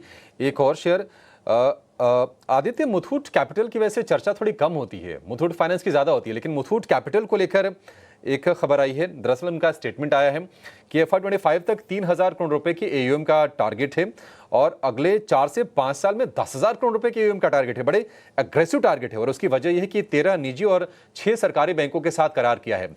हालांकि अगर हम मुथूट कैपिटल के अगर हम मार्केट कैप की बात करें, 600 करोड़ रुपए के आसपास का मार्केट कैप होगा इसका। कल अच्छी तेजी हमने देखी है मुथूट कैपिटल में, कैसा लग रहा है चार्ट इसका आपको? और टर्म में तो स्टॉक एक ब्रॉड दायरे में ही है, ब्रॉड रेंज में ही है। नीचे की साइड स्टॉक की रेंज है 300 और ऊपर की साइड 400। तो जब तक ये रेंज ब्रेक नहीं होती स्टॉक इसी में थोड़ा टाइम कंसोलिडेट कर सकता है। फ्रेश ब्रेकआउट हमें 400 के ऊपर देखा जा सकता है, वहां पे एक फ्रेश लेग ऑफ रैली चालू हो सकती है। वहां पे स्टॉप लॉस लगाना चाहिए 370 का, और टारगेट रहेंगे इसमें 430 से लेके 490 के। बट 400 के ऊपर स्टॉक को पहले सेटल होने दे, ब्रेकआउट होने दे, फिर तेजी का नजरिया बनाए। 100 रुपए के ऊपर जाएगा तो ही तेजी करें, बहुत दूर है अभी तो टारगेट, वो आप छोड़ दीजिए फिलहाल मुथूट कैपिटल को। लेकिन प्रेस्टीज एस्टेट कल हमने देखा कि डे लो पर इसकी क्लोजिंग हुई है और इसको लेकर मॉर्गन स्टैनली की रिपोर्ट आई है, डाउनग्रेड किया शेयर को, ओवरवेट से घटाकर किया है अंडरवेट और बोला है कि इंडस्ट्री के मुकाबले जो प्री सेल्स है वो कमजोर है। लक्ष्य में करीब करीब 250 रुपए कटौती कर दी है, 1770 से घटाकर 1510 रुपए, 1700 रुपए के आसपास भाव तो अभी है इसका शेयर का। 1500 के टारगेट यानी कि यहां से 200 रुपए नीचे के टारगेट। पंकज जी, कितने सहमत हैं आप इस रिपोर्ट से और आपकी एनालिसिस क्या कहती है? देखिए, जनरली रियल एस्टेट में अगर आप देखेंगे तो ओवरऑल सेंस ये लगता है कि ये sector one of the best performing sector था लास्ट ईयर। आपके जो फेस्टिव सेल्स थे वो अच्छे थे, बट काफी कुछ प्राइसेस में कैप्चर्ड है। हालांकि प्रेस्टीज पे मैं स्पेसिफिकली बोल नहीं पाऊंगा बिकॉज ये हमारे कवरेज में नहीं है, बट रियल एस्टेट में लगता है कि आपके जो वैल्यूएशन है वो काफी बेहतर हुए हैं और स्टॉक का प्राइस परफॉर्मेंस आपको ऑलरेडी मिला है। तो मेरे हिसाब से फ्रेश एंट्री तो मैं नहीं रेकमेंड करना चाहूंगा अनलेस कि कुछ स्टॉक हो गया जैसे महिंद्रा लाइफ हो गया, जहां पे हमें एक्सपेक्टेशन है कि जो इनके लॉन्चेस हैं सेकंड हाफ में बेटर होने वाले हैं।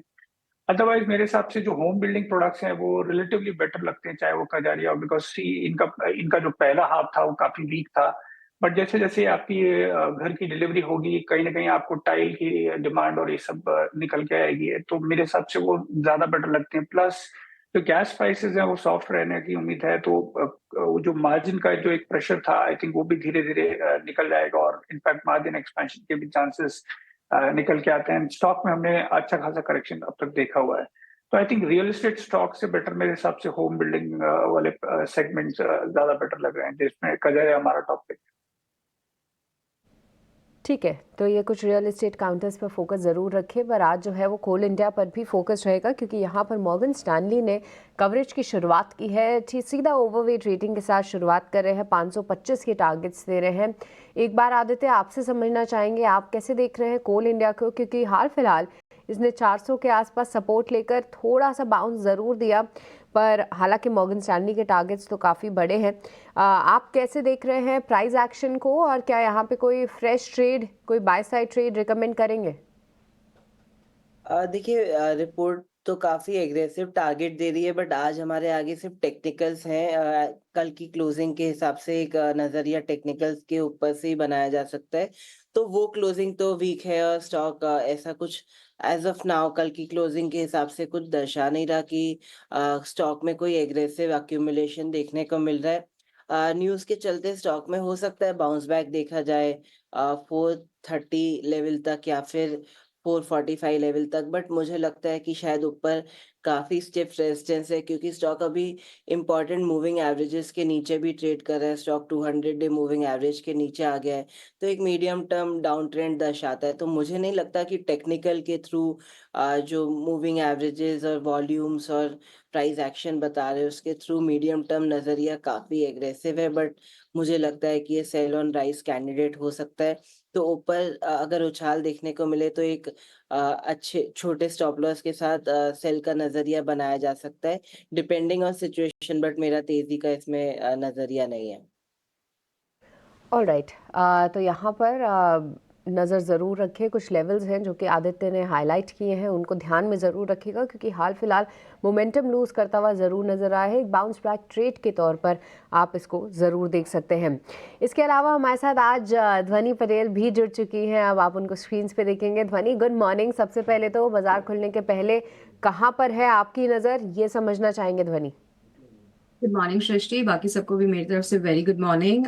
यहाँ पे ओवरऑल मार्केट के सेंटिमेंट्स जो कल क्लोजिंग की तरफ देखने को मिले थे और इनफैक्ट लास्ट 2 दिन से हम जो ओवरऑल निफ्टी के अंदर मोमेंट देख रहे हैं तो एक स्टैग्नेशन यहाँ पे देखने को मिल रही है। मोमेंटम जो है वो यहाँ पे जैसे ही हम 24,300 24,400 के लेवल की तरफ जा रहे हैं तो वहां से फिजल आउट होता हुआ देखने को मिल रहा है। इन मूव्स को ध्यान में रखते हुए यहाँ पे मेरी सेल साइड के तरफ नजरिया बन रहा है और काउंटर स्पेसिफिक मेरा अभी जो है वो है एसीसी की तरफ। एसीसी का अगर आप डेली चार्ट स्ट्रक्चर देखेंगे तो स्टॉक के अंदर जो एक गैप डाउन हमें देखने को मिला था उसका फिलिंग यहाँ पे हो चुका है और वही लेवल्स अब वापस से एक रेजिस्टेंस की तरह पिछली 2 सेशंस में काम करते हुए देखने को मिल रहे हैं। तो यहाँ पे एसीसी के अंदर आज के बेसिस पे यहाँ पे सेल का नजरिया बनता है। ऊपर की तरफ जो स्टॉप लॉस यहाँ पे देखने को मिल रहा है वो 2215 का है और नीचे की तरफ जो मूव आपको कंटिन्यू होता हुआ दिखेगा डाउनफॉल का, वो यहाँ पे 2050 तक के कंटिन्यू होता हुआ देखने को मिल सकता है। हाल एसीसी जो है यहाँ पर आप नज़र रख सकते हैं। कुछ एक्समेंट काउंटर्स हाल फिलहाल थोड़े से मजबूत ज़रूर हुए हैं, ऐसे में एसीसी पर ध्यान ज़रूर रखेंगे।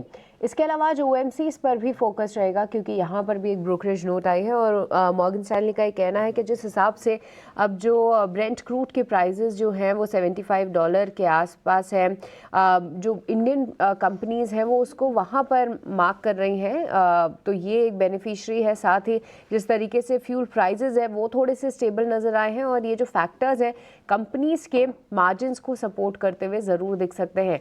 ऐसे में उनकी प्रेफरेंस बीपीसीएल और एचपीसीएल पे ही है। एक बार आपसे जानना चाहेंगे ध्वनि, ये दोनों में से ही बेहतर आपको कौन सा लग रहा है? क्योंकि कल भी हमने ये ब्रोकरेज नोट तो नहीं था पर एक बाउंस बैक ट्रेड के लिए हमने राय ली थी, तो हमारे एक्सपर्ट का मानना था कि एचपीसीएल जो है ज़्यादा बेहतर है बीपीसीएल के मुकाबले। पर क्या आप भी इस बात से सहमति रखती हैं ध्वनि, या आपका नज़रिया कुछ और है?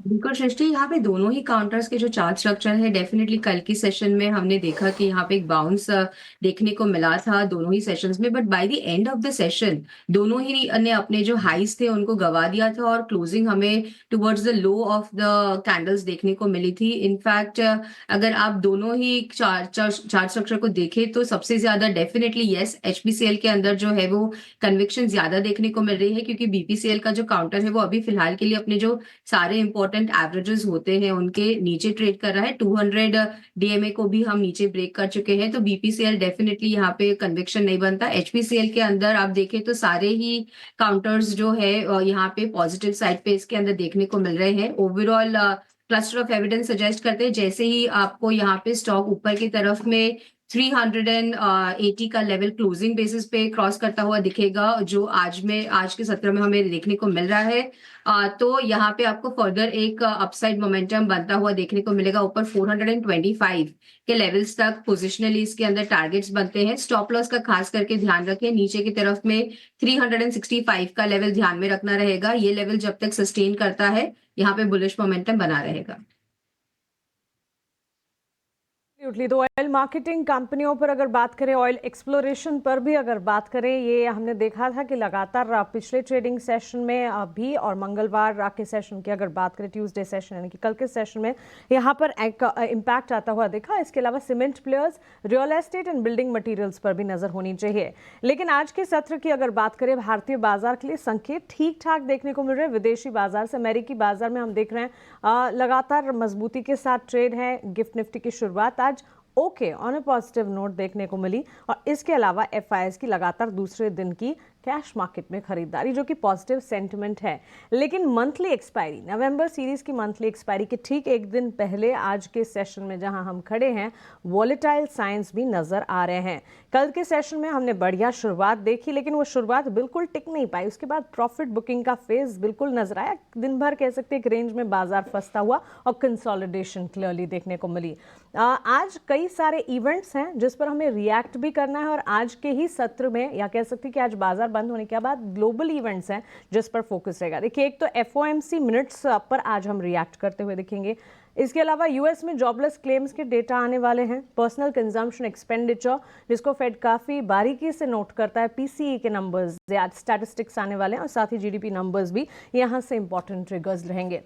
24,200 के पार कल हम क्लोज होते हुए दिखे जो कि एक इम्पॉर्टेंट लेवल है, लेकिन इसके बावजूद भी कल की शुरुआती तेजी जो है वो टिक नहीं पाई, फ्रिजल आउट होते हुए दिखी। तो इस पर खास तौर से हमें ध्यान रखना चाहिए। इस वक्त भी 24,200 के ही लेवल्स पर प्री ओपन में बाजार ट्रेड होता हुआ। बाजार खुलेंगे तब देखेंगे कि यहाँ से संभलते हैं या फिर कल का कंसोलिडेशन जो है वो आगे और बढ़ता हुआ एस्केलेट होता हुआ दिखता है। लेकिन इस वक्त नवरत्न शेयरों की सूची शरद के साथ जान लेते हैं। गुड मॉर्निंग शरद, बताएं कौन से शेयर्स हैं जो कि आज खबरों के दम पर फोकस में रहेंगे। Good morning Mansi. सबसे पहले सीमेंट्स के आंकड़े पे फोकस करते हैं। सितंबर तिमाही के नतीजे बहुत स्ट्रांग आए हैं और ओवरऑल उनकी जो ऑपरेटिंग मार्जिन्स है वो मल्टी ईयर हाई पे आई है। एग्जीक्यूशन में भी स्ट्रेंथ देखने मिला है और ओवरऑल जो एमएनसी कंपनी जिनके रिजल्ट्स आए थे उसमें one of the best results जो है सीमेंट्स ने पेश किया है। मैनेजमेंट मीट्स भी हुई थी। दूसरा स्टॉक LTI माइंड्री रहेगा। यहाँ पे $10 बिलियन का रेवेन्यू टारगेट है वित्त साल 2032 के लिए जो है कंपनी ने दिया है और ओवरऑल 17 से लेके 18% मार्जिन्स का जो है ग्रोथ का एस्टिमेट उन्होंने लगाया है। मुथूट कैपिटल की बात करें तो AUM टारगेट उन्होंने दिया है वित्त साल 2025 में जो है लगभग 3000 करोड़ तक AUM जुटाएंगे और ओवरऑल अगले 3 से लेकर 4 साल में जो है 10,000 तक करोड़ का जो है AUM वो ला सकते हैं। हमारा अगला स्टॉक है M&M। यहाँ पे इम्पोर्टेंट लॉन्च हुई है इनकी EV की जो SUV है उसमें और यहाँ पे जो है अब देख सकते हैं कि इनके जो इंट्रोडक्टरी प्राइसेस है लगभग 18.9 लाख से शुरू होने वाली है। तो ऑफ कोर्स मोमेंटम जो है EV लॉन्चेस में देखने मिल रहा है। जैगल प्रीपेड हमारा 5वां स्टॉक रहेगा। यहाँ पे कंपनी को ऑर्डर आया है मास्टर कार्ड से और ये एक बड़ा ऑर्डर है तो इसके कारण जो है पॉजिटिव मोमेंटम स्टॉक में देखने मिल सकता है। और ऑर्डर की बात करें तो विप्रो भी फोकस में रहने वाला है। इन्होंने मरेली के साथ जो है अपनी अवार्ड एक्सटेंशन करा दी है 4 साल के लिए। जो कंपनी है ऑटोमोटिव सॉल्यूशंस के लिए है। शुगर स्टॉक्स पे भी नज़र रखिएगा। ऑयल मिनिस्टर की जो है कमेंट्री आई है कि भारत का जो 20% इथेनॉल ब्लेंडिंग जो है उसका लक्ष्य जो है पेट्रोल के ज़रिए हो सकता है अक्टूबर 25 तक। तो ये एक इम्पॉर्टेंट कमेंट्री आ रहा है। हुंडई की भी बात कर लेते हैं। JP मॉर्गन की रिपोर्ट आई है। इनिशिएट ओवरवेट किया है। टारगेट प्राइस रखा है 2200 रुपीज़ पर शेयर का। और आखिरी स्टॉक हमारा बिग बोल्ड ब्रोकरेज वो है प्रेस्टीज एस्टेट्स। यहाँ पे मॉर्गन स्टैनली की रिपोर्ट आई है। डाउनग्रेड कर दिया है। पहले ओवरवेट था अब अंडरवेट कर दिया और लक्ष्य को भी घटा दिया है। 1770 से घटा के 1510 रुपीज़ कर दिया है। ओवरऑल उनकी जो प्री सेल्स ग्रोथ है उसमें गिरावट देखने मिली है और FY25 का जो प्री सेल्स ग्रोथ का नंबर था पहले वो 28% का था, उसको अब घटा के 9% कर दिया गया ईयर ऑन ईयर बेसिस पे। तो इस पे जो है स्टॉक पे नेगेटिव रिएक्शन देखने मिल सकता है। सर शुक्रिया आपका नवरत्न शेयर्स की सूची हमें बताने के लिए। तो ये सारे के सारे स्टॉक्स हैं जो कि आज खबरों के दम पर एक्शन में रहेंगे।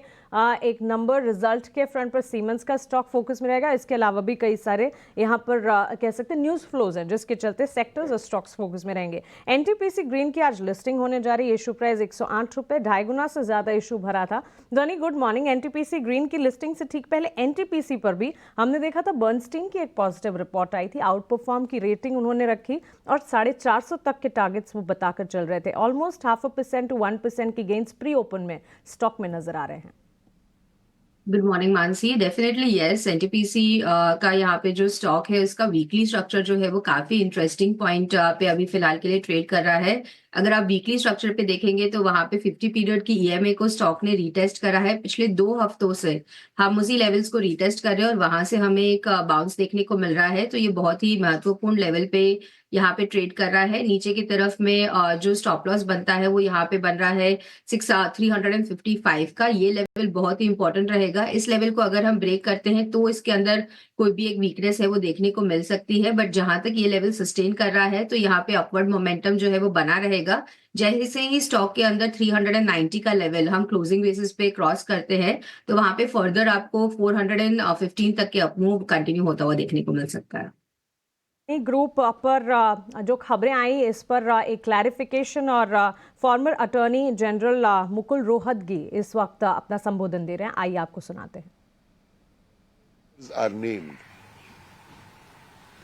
So it is sorry, maybe I made a mistake in count number 5.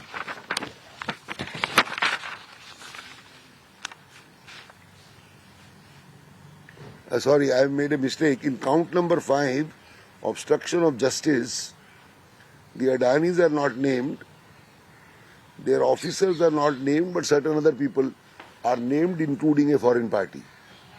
But be that as it may, the Adanis and others will respond to this charge sheet in the manner that they desire. I have not seen their responses. They will also respond to the stock exchanges in the manner that they desire. I have not seen or vetted any of these exchanges. These are my personal views which I have mentioned after having a look at this chart sheet. in the end, I would like to say something which has been troubling me. That when you look at a charge sheet, you have to be specific to say that so and so has done such and such act, so and so has bribed certain individuals. Because this is a charge sheet alleging that these people, including Adani's, have bribed Indian officials in Indian entities relating to supply and purchase of power. But I do not find a single name or a single detail in the charge sheet as to who has been bribed, in what manner has he been bribed, and the official belongs to such and such department. This charge sheet is completely silent. I don't know how. देखिए, अडानी का matter काफ़ी serious है और इसको लेकर मोटू रोहतंगी अपनी बात रखते हुए और उससे ठीक पहले मूडीज़ ने भी एक पॉइंट दिया है। तो कहने का मेरा मतलब है कि थोड़ा सेंसिटिव मामला अभी भी चल रहा है, आप थोड़ा देख के आराम से ट्रेड कीजिएगा अगर आप अडानी के शेयर्स में। तो हम भी कोशिश करते हैं कि आपको बिल्कुल नीट एंड क्लीन उसके अंदर ट्रेड बता पाएँ और सारा जहाँ पे अच्छे ट्रेड बनते हैं वो आपको जल्दी जल्दी गाइड भी कर पाएँ। तो अडानी को लेकर अभी थोड़ी सेंसिटिवनेस बनी हुई है, ये साफ साफ इस प्रेस कॉन्फ्रेंस को देख के, क्लैरिफिकेशन को देख के भी समझ में आ रहा है। अडानी ग्रुप के ज़्यादातर शेयर एक बार ज़रा ओपनिंग में दिखा दीजिए, फ्रीज लेवल है, क्योंकि फिर 30 सेकंड के बाद मार्केट्स भी खुल जाएगा। जल्दी जल्दी फायर कीजिए। और मैं आपको बता देता हूँ आज बाज़ार की जो ओपनिंग होने जा रही है वो करीब 10 पॉइंट ही ऊपर है। इनफैक्ट आप गिफ्ट निफ्टी को ऊपर देख पा रहे थे, बट निफ्टी फ्रीज कुछ नहीं हुआ। तो आज का दिन जो हम आपसे कह रहे थे कि ना एक चर्निंग का डे रहेगा, ये वही रहेगा। कल भी चर्निंग का ही डे था, पूरा दिन भर आप चर्निंग होती रही, 24,200 की कॉल पुट को प्रीमियम्स ईट होते गए। आज भी कुछ वैसा ही हो सकता है। 37 पॉइंट तो बकायदा गिरावट के साथ बैंक निफ्टी खुलेगा, फिर देखते हैं क्या होता है। रिलायंस की आज कमज़ोर शुरुआत होगी, HDFC हल्का सा बढ़त के साथ खुलेगा। तो आज पूरी तरह से रेंज का मार्केट दिख रहा है मेरे को तो, और ना तो रेंज का ब्रेकआउट ना ही रेंज का ब्रेकडाउन, ऐसा कुछ अभी तो फिजिबल दिख रहा है। 9 पॉइंट की गिरावट के साथ इस समय निफ्टी ट्रेड कर रहा है। इंडिया विक्स अभी तो थोड़ा छोड़ दो इसको, 2 मिनट बाद चेक करेंगे। बैंक निफ्टी करीब 90 पॉइंट की गिरावट इस समय दर्ज कर रहा है। रिलायंस इंडस्ट्रीज़ में 4 रुपये की तक की गिरावट है। बड़े शेयर्स दिखा दीजिएगा, फिर बड़े शेयर्स के बाद अडानी के शेयर्स भी दिखाइएगा। पहले सारे बड़े शेयर्स दिखाइए जिसमें रिलायंस इंडस्ट्रीज़ है, HDFC बैंक है, TCS है, इन्फोसिस है, HUL है और L&T है। आप देख पा ली, पहले ये देख लीजिए वेटेज वाले शेयर जो कि मार्केट्स को डिराइव करेंगे। ज़्यादातर शेयर फ्लैट टू पॉजिटिव या तो फ्लैट टू नेगेटिव है, यानी कि उनमें कोई मेजर गैप अप या गैप डाउन नहीं दिख रहा। कोई बड़ा शेयर भी मेरे को ऐसा नहीं दिख रहा जिसमें आधे % से ज़्यादा की मूवमेंट हो। ये मोर देन 40% से ज़्यादा वेटेज रखते हैं मार्केट की, यानी कि 6 शेयर अगर एक तरफा हो जाएं तो बाजार में कितनी नेगेटिव खबर क्यों ना आ जाए, मार्केट नहीं गिरेगा क्योंकि इंडेक्स मैनेजमेंट हो जाएगा। अब अडानी ग्रुप के शेयर्स दिखाइए, Adani power, Adani industries, Adani enterprises, Adani solutions, gas, total gas, हाँ सभी शेयर्स एक बार फायर करवाइएगा। तो मैंने अपनी स्क्रीन से भी मैंने लगा रखे हैं सभी अडानी ग्रुप के शेयर्स, तो मेरे को कहीं भी कोई मेजर डेंट नहीं दिख रहा। सिर्फ अडानी ग्रीन्स है जो कि 2% नीचे है और हरे निशान में बकायदा अडानी एंटरप्राइजेज है। तो कोई मेजर प्रॉब्लम कहीं नहीं दिख रही है। बाजार के अंदर जो शुरुआती झटका लगना था वो लग गया, यानी कि 23-24 पॉइंट का। अब बाजार इंडिया विक्स अभी भी 5.5% नीचे है। 5.5% इंडिया विक्स के नीचे आने पर मार्केट्स को ऊपर होना चाहिए, बट मार्केट्स अभी फ्लैट है। तो इंडिया विक्स का भी और 5 मिनट वेट करो, अगर ये नहीं ऊपर आता तो फिर मार्केट आएगा ऊपर, ध्यान रखिएगा। अगर इंडिया विक्स नहीं आता ऊपर तो फिर मार्केट ऊपर आएगा। तो पहले 2-4 मिनट और दे दो इंडिया विक्स को, जो कि 5% नीचे। अगर ये ऊपर नहीं आता तो फिर मार्केट की तैयारी करो, ये ऊपर आने के पूरे चांसेस रखता है।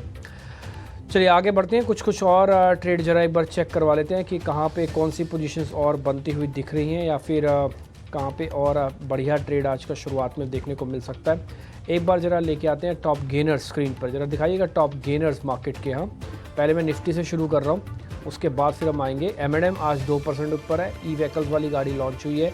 कोल इंडिया, NTPC दोनों एनर्जी के शेयर्स हैं, आधे से 0.1% ऊपर। BPCL भी आज आपको शुरुआत में मजबूत दिखेगा। साल का हाई लगाने वाला शेयर बना है विप्रो, साल का हाई टेस्ट करने के बाद अभी रेंज में। एस्टर DM के अंदर 15 लाख शेयरों की ब्लॉक लगा है, ये भी नीचे हमने रख दिया। अब आप देखो धीरे धीरे करके निफ्टी कवर कर रहा है। 10 पॉइंट की ही मामूली सी गिरावट रह गई है क्योंकि इंडिया विक्स ऊपर नहीं आ रहा। इंडिया विक्स अगर ऊपर नहीं आएगा तो मार्केट ऊपर आएगा, ध्यान रखिएगा। ये बात मैं अभी आपके सामने बोल रहा हूँ, अगर इंडिया विक्स ऊपर नहीं आएगा तो फिर मार्केट ऊपर आएगा।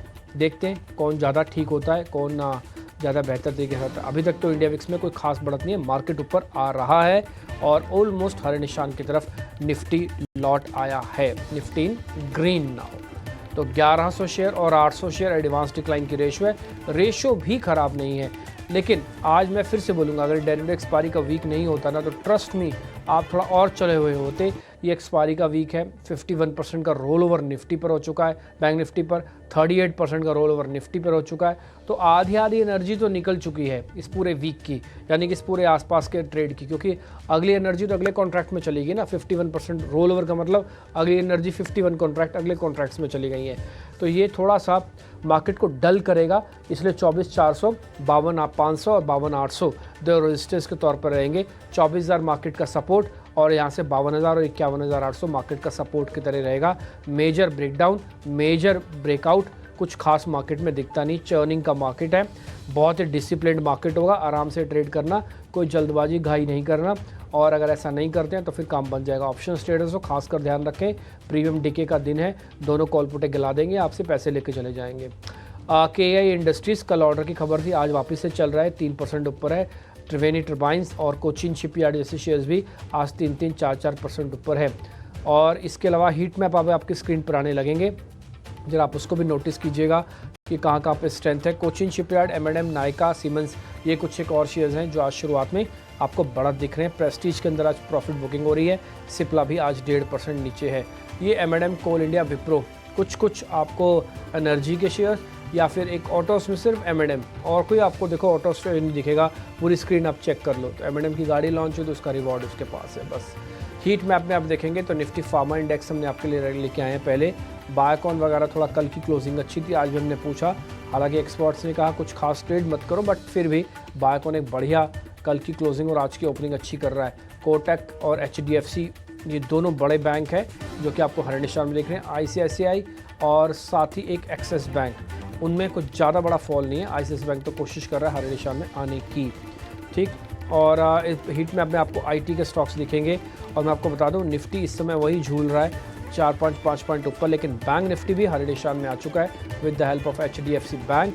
और बैंक निफ्टी के फ्यूचर्स भी बकायदा हरे निशान में इस समय आपको आते हुए दिखेंगे। तो कुल मिला के मार्केट्स के अंदर मोमेंटम तो बना है, उस मोमेंटम का बेनिफिट आपको स्क्रीन पर अभी शुरुआत में दिख रहा होगा। ये रियल एस्टेट का इंडेक्स आपकी स्क्रीन पर है, अब करीब 72 पॉइंट ऊपर बैंक निफ्टी। आज उसके ना डेरिवेटिव एक्सपायरी है, इसलिए आपको थोड़ा ना एक्साइटमेंट बैंक निफ्टी में ज़्यादा दिखेगा। और मैं बताऊं, आप 52,500 को एक बार पार कराओ तो फिर देखो मार्केट क्या बहुत स्पीड से 52,800 आज में भी टेस्ट कर सकता है।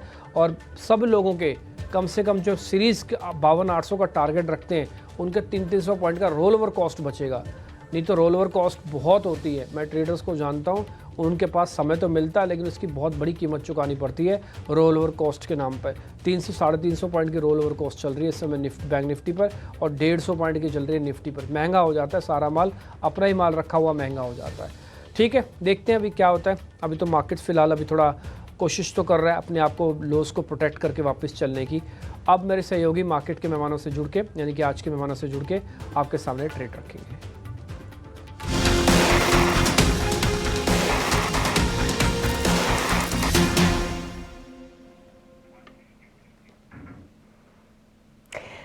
तो चलिए अब ओपनिंग के सौदे लेना शुरू करते हैं हमारे सभी एक्सपर्ट्स के साथ। और हमारे साथ दोनों ही आदित्य अब मौजूद है। और आदित्य अग्रवाल, आपसे समझना चाहेंगे, बताइए ओपनिंग के बाद कहां पर है आपकी नज़र? शो बनाने के शुक्रिया। मुझे लग रहा है कि मार्केट में एक अपमूव यहाँ से आ सकता है, जैसा कि डिम्पी जी भी कह रहे थे, और एक अच्छा कंसोलिडेशन हुआ कल और मार्केट में आज एक अच्छी बाइंग देखने मिल रही है। तो पहला ट्रेड रहेगा सिंजीन का। सिंजीन करंट लेवल्स पे खरीदारी करनी चाहिए। ब्रेकआउट है यहाँ पे सृष्टि, मुझे लग रहा है एक अच्छा अपमूव आ सकता है, जैसा कि हमने बायोकॉन में देखा था। तो करंट लेवल्स पे खरीदारी की सलाह रहेगी। 965 का टारगेट रहेगा, 875 का स्टॉप लॉस। सेकंड स्टॉक है Ajmera realty from the real estate pack. एक बहुत अच्छा कंसोलिडेशन हो के कल हमने एक ब्रेकआउट देखा अजमेरा रियल्टी पे, और मुझे लग रहा है कि एक अच्छा मूव यहाँ पे आता हुआ बनेगा। तो करंट लेवल्स पे खरीदारी की सलाह रहेगी, 1100 का टारगेट और 950 का स्टॉप लॉस। ठीक है, तो अजमेरा रियल्टी यहाँ पर एक अच्छा मूव आ सकता है। देखिए अभी स्टॉक जो है आप हल्के लाल निशान में ज़रूर देखेंगे। यहाँ पर ऊपर 1000 से भी ऊपर के टारगेट्स जो हैं वो आदित्य देख रहे हैं। सबसे पहले सिंजीन की बात करें तो 965 के टारगेट्स है, 875 का यहाँ पे आपको स्टॉप लॉस लगाना है और दूसरा काउंटर अजमेरा रियल्टी है। अब इसके अलावा ध्वनि आपसे समझना चाहेंगे, बताइए आपके ओपनिंग के सौदे कहाँ पर हैं? अभी सबसे पहला काउंटर जो मुझे पसंद आ रहा है वो है जीएनएफसी का काउंटर। अगर इसका डेली चार्ट स्ट्रक्चर देखें तो पिछले 3 सेशन से इसके अंदर एक बाइंग मोमेंटम देखने को मिल रहा है और आज ऑलमोस्ट ओपन लो के साथ स्टॉक के अंदर यहाँ पे तेजी देखने को मिल रही है। तो जीएनएफसी के काउंटर को करंट लेवल से बाय करेंगे, नीचे की तरफ 590 का स्टॉप लॉस और ऊपर 620 का टारगेट रहेगा इसके अंदर। और दूसरा काउंटर मुझे जो पसंद आ रहा है वो है यहाँ पे सन फार्मा का। ओवरऑल सेल साइड के ट्रेड इसके अंदर देखने को मिल रहे हैं, जो मोमेंटम है वो नेगेटिव साइड का इसके अंदर देखने को मिल रहा है। ये फर्दर आपको कंटिन्यू होता हुआ दिखेगा नीचे 1720 की लेवल के तक। 1720 के बाद यहाँ पे 1700 के लेवल तक भी आप इसके अंदर फॉल कंटिन्यू होता हुआ देखेंगे। स्टॉप लॉस के तौर पे आपको ऊपर की तरफ जो लेवल ध्यान में रखना है वो यहाँ पे रहेगा 1780 का। ऑलराइट, तो सन फार्मा यहाँ पर आप बिकवाली करके चल सकते हैं। कल हमने देखा था कि गोल्डमैन सैक्स की एक रिपोर्ट भी आई थी, वो बहुत पॉजिटिव नहीं थे, कमेंट्री में भी कुछ खास नहीं निकला। कल भी स्टॉक में गिरावट थी और आज प्राइस एक्शन के चलते जो है बिकवाली और भी आ सकती है। 1720 और उसके बाद 1700 के टारगेट्स यहाँ पर आप ध्यान रखिए। 1780 का आपको स्टॉप लॉस लगाना है। तो एक बाय साइड एक सेल साइड, ये ट्रेड्स आते हुए ध्वनि की तरफ से। इसके अलावा आदित्य अरोड़ा आपसे समझना चाहेंगे, बताइए आपकी नज़र कहाँ पर है? क्या यहाँ पर आप भी कोई सेल साइड के ट्रेड ढूंढ रहे हैं? जैसे मैं सुबह बताया था कि बाजार एक दायरे में है, कोई फ्रेश ब्रेकआउट नहीं देखने को मिल रहा है, तो मेरा स्टॉक भी सेल साइड है, आपने सही पकड़ा है। एसबीआई लाइफ को बेचा जा सकता है, जो अभी करंटली चल रहा है 1497.35, इस भाव पे सेल कर सकते हैं। स्टॉप लॉस रहेगा इसमें 1560 का और टारगेट रहेंगे इसमें 1430 से लेके 1400 के। एसबीआई लाइफ पर एक बिकवाली की रणनीति आदित्य की तरफ से आती हुई और हम देख रहे हैं करीब आधे % की गिरावट के साथ कामकाज जहां पर देखने को मिल रहा है। फ्लैट स्टार्ट जरूर देखने को मिला बाजार का, लेकिन उसके बाद संभलने की पूरी कोशिश में मार्केट्स और पॉइंट टू नोट जहां पर ब्रॉडर कह सकते हैं कि लार्जर बेंचमार्क इंडिसेस और मिड कैप्स में जहां हम देख रहे हैं बिकवाली का दबाव, या कह सकते हैं कि वॉलिटिलिटी है। स्मॉल कैप लगातार 2 ट्रेडिंग सेशन से जो मजबूती के साइंस है वो दिखा रहा है। आज के सत्र में भी स्मॉल कैप स्पेस में आप देखेंगे हरे निशान के साथ ही कामकाज देखने को मिल रहा है। ऑटो सेक्टर में हम देख रहे हैं अच्छी यहाँ से एक्शन के साथ कामकाज। ऑफ कोर्स एमएनएम से कंट्रीब्यूशन और साथ ही हम देख रहे हैं एक्साइड इंडस्ट्रीज में भी अच्छा एक्शन देखने को मिल रहा है। रियल एस्टेट सेक्टर में भी मजबूती है और आईटी की अगर बात करें वहां पर भी मजबूती की ही साइंस नजर आ रहे हैं। क्लियरली ये सारे के सारे स्पेसेस हैं जो कि बाजार को संभालने का काम कर रहे हो। इसके ठीक विपरीत पीएसयू, बैंक, एनर्जी, मेटल और फार्मा स्पेस, साथ ही एफएमसीजी में हम देखेंगे कंजम्पशन थीम है जो कि आज भी हम देख रहे हैं सुस्ती दिखा रही है। Pankaj, good morning to you. जहां हम पीएसयू स्पेस की बात करें, नॉट पर्टिकुलरली ओनली बैंक्स, लेकिन सरकारी कंपनियों का जो एक खेमा है, हमने देखा था डिफेंस क्षेत्र से जुड़ी कंपनियां या फिर कुछ चुनिंदा प्लेयर्स जो कि रियल एस्टेट में है, ऑर्डर विंस के चलते लगातार फोकस में रही। पीएसयू स्पेस को कैसे देखना चाहिए और वहां पर किस तरह के सेंटिमेंट्स आपके हिसाब से डेवलप होते हुए in the near term, short term to long term पर नजर आएंगे? आप बैंक्स को छोड़ दें तो ओवरऑल जो सरकार का केपेक्स है, जो हमारी एक्सपेक्टेशन है कि सेकंड हाफ में बेटर होगा, बिकॉज देखिए फर्स्ट हाफ में जो सरकार ने अचीव किया है करीब 37% अचीव किया, लास्ट ईयर 49% अचीव किया था। मंथली रन रेट जो केपेक्स का था करीब 60,000 था फर्स्ट हाफ में, जो अक्टूबर में बढ़कर करीब 1,10,000 हुआ। तो इसका जो फायदा कहीं ना कहीं जब सरकार केपेक्स मोड में आएगी सेकंड हाफ में, जिसकी काफी उम्मीद है, तो सरकारी कंपनी को डेफिनेटली मिलेगा। एंड इसमें अगर मैं कुछ कंपनी हाईलाइट करना चाहूँ तो फॉर एग्जांपल एक इंजीनियर्स इंडिया कंपनी हो गया, जहां पे ऑर्डर इनफ्लोस काफी अच्छे हैं, ओवरऑल एग्जीक्यूशन सेकंड हाफ में बेटर रहेगा। जैसे आपने कुछ डिफेंस कंपनी हाईलाइट किया तो हमें लगता है कि HAL looks quite attractive at current level, जहां पे हमारा target price 4800। But in general मुझे लगता है कि जो आपके केपेक्स के बेनिफिशियरीज हैं वो सेकंड हाफ में डेफिनेटली बेनिफिट करना चाहिए। तो अगर मैं और ऐड करना चाहूंगा तो आपके बड़े नेम्स हो गए, चाहे वो एलएनटी हो गया या एनसीसी हो गया या आलूवालिया कंस्ट्रक्शन हो गया। आई थिंक ये सब companies in general capex beneficiaries मुझे लगता है कि ये सेकंड हाफ में ज्यादा बेटर करना चाहिए। प्लस आई थिंक एक और बेनिफिट ये हो सकता है कि शायद दिसंबर में नहीं तो बट फेब में एक रेट कट की उम्मीद है, ये काफी बढ़ रही हैं। तो ओवरऑल जो ये सारे सेगमेंट्स होते हैं काफी इंटरेस्ट रेट सेंसिटिव सेगमेंट भी होते हैं। एंड फर्स्ट हाफ काफी वॉश आउट था for most of the companies. Second half हमें काफी लगता है कि कंस्ट्रक्टिव होगा। तो in general PSU companies besides bank, I think जैसे मैंने नाम हाईलाइट किया, या ओवरऑल सेगमेंट हमें काफी अच्छा लगता है सेकेंड हाफ के हिसाब से। एक स्टॉक जो कि लगातार बाजार में चाहे मजबूती हो या गिरावट हो वन साइड अप मूव दिखाता है वो है त्रिवेणी टर्बाइन। आज भी इस स्टॉक को पुल अप करेंगे। देखिए पिछले 6 महीने के चार्ट्स अगर देखेंगे 50% रिटर्न्स दिखाए स्टॉक ने, और महज पिछले 1 महीने के चार्ट्स देखेंगे तो ऑलमोस्ट 30% के रिटर्न्स, 6.25% की तेजी के साथ। कंपनी के नंबर्स काफी दमदार आए हैं और उसके ठीक बाद भी हम देख रहे हैं कि वन साइड अप मूव जो है जारी है। ध्वनि, त्रिवेणी टर्बाइन 872 के लेवल्स, क्या लगता है यहाँ से कितना आगे जाता हुआ दिखेगा? क्या 1000 के लेवल्स भी नियर टर्म में पॉजिटिव नजर आ रहे हैं आपको ऑन टेक्निकल चार्ट्स? आपके फर्स्ट क्वेश्चन को आंसर करते हुए कि 1000 के लेवल नजर आ रहे हैं कि नहीं, तो डेफिनेटली इसके अंदर 1000 के लेवल्स देखने को मिलेंगे। ओवरऑल अगर चार्ट स्ट्रक्चर की यहाँ पे बात करें तो आप आज के सेशन में देखें तो यहाँ पे स्टॉक ने प्रीवियस स्विंग हाई से ब्रेकआउट दिया है, और कल की सेशन में भी यहाँ पे जिस हिसाब से वॉल्यूम इंक्रीमेंट देखने को मिला था, तो इसका जो ब्रेकआउट कंफर्मेशन है वो काफी स्ट्रॉन्ग देखने को मिल रहा है। और ओवरऑल रेंज जो इस ब्रेकआउट की बन रही है वो 200 पॉइंट की रेंज है जिसके अंदर ये पहले ट्रेड कर रहा था। तो यहाँ से जो अपमूव है वो फर्दर कंटिन्यू होगा और मोमेंटम के साथ होगा। स्टॉप लॉस के तौर पे खास करके नीचे की तरफ में आप यहाँ पे 800 रुपए का लेवल ध्यान में रखें, और स्टॉक यहाँ पे 1000 रुपए का भी दम दिखा सकता है, तो वहां तक का आप टारगेट इसके अंदर एक्सपेक्ट कर सकते हैं। पोजिशनली ट्रेड रहेगा यहाँ पे, क्योंकि ये जो फॉर्मेशन हुई है वो टोटली 2 महीने की हुई है, तो आप 1.5 महीने का होल्डिंग पीरियड पकड़ के चले इसके अंदर। ओके, ऑलमोस्ट 1.5 मंथ का होल्डिंग पीरियड यहाँ पर मानकर चलना है, लेकिन स्टॉक में दमखम है, लगातार तेजी और 1000 तक के लेवल्स भी नजर आएंगे। बाजार जब खुले तब 2 शेयर्स में ब्लॉक्स होते हुए नजर आए, एक तो एस्टर डीएम और दूसरा सुदर्शन केमिकल्स। करीब 20 लाख शेयर्स के सौदे सुदर्शन केमिकल्स में देखने को मिले और एस्टर डीएम हेल्थ केयर में करीब 15 लाख शेयरों के सौदे, 5% की तेजी। आदित्य अग्रवाल से जानना चाहेंगे। आदित्य जी बताएं, एस्टर डीएम पर आपकी राय क्या होगी? बिल्कुल, बहुत शानदार तेजी इसमें एक इनफैक्ट कंसोलिडेशन से ब्रेकआउट देखने मिल रहा है हमें आज, और अच्छे वॉल्यूम्स पे अप मूव है, जैसा कि आपने बताया कि एक ब्लॉक डील भी हुआ इसमें।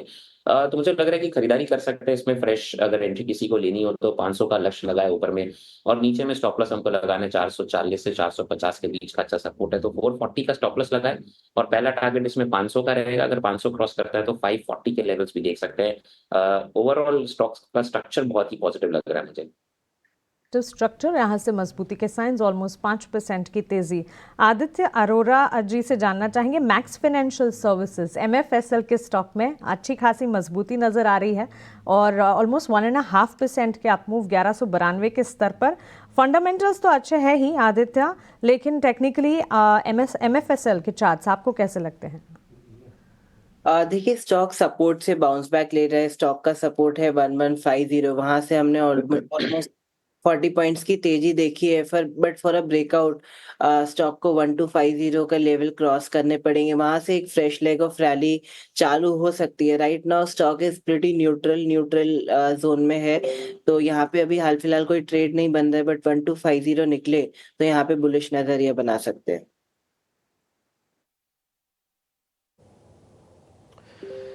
ठीक है, मार्केट्स पूरी तरह से एक रेंज के अंदर है। मैं आपको उसका एक एग्जांपल बताता हूँ कैसे प्रीमियम ईटिंग होती है, कैसे कल निफ्टी के प्रीमियम्स को भी ईट किया गया, क्योंकि अब स्ट्राइक के प्रीमियम्स कम हो रहे हैं।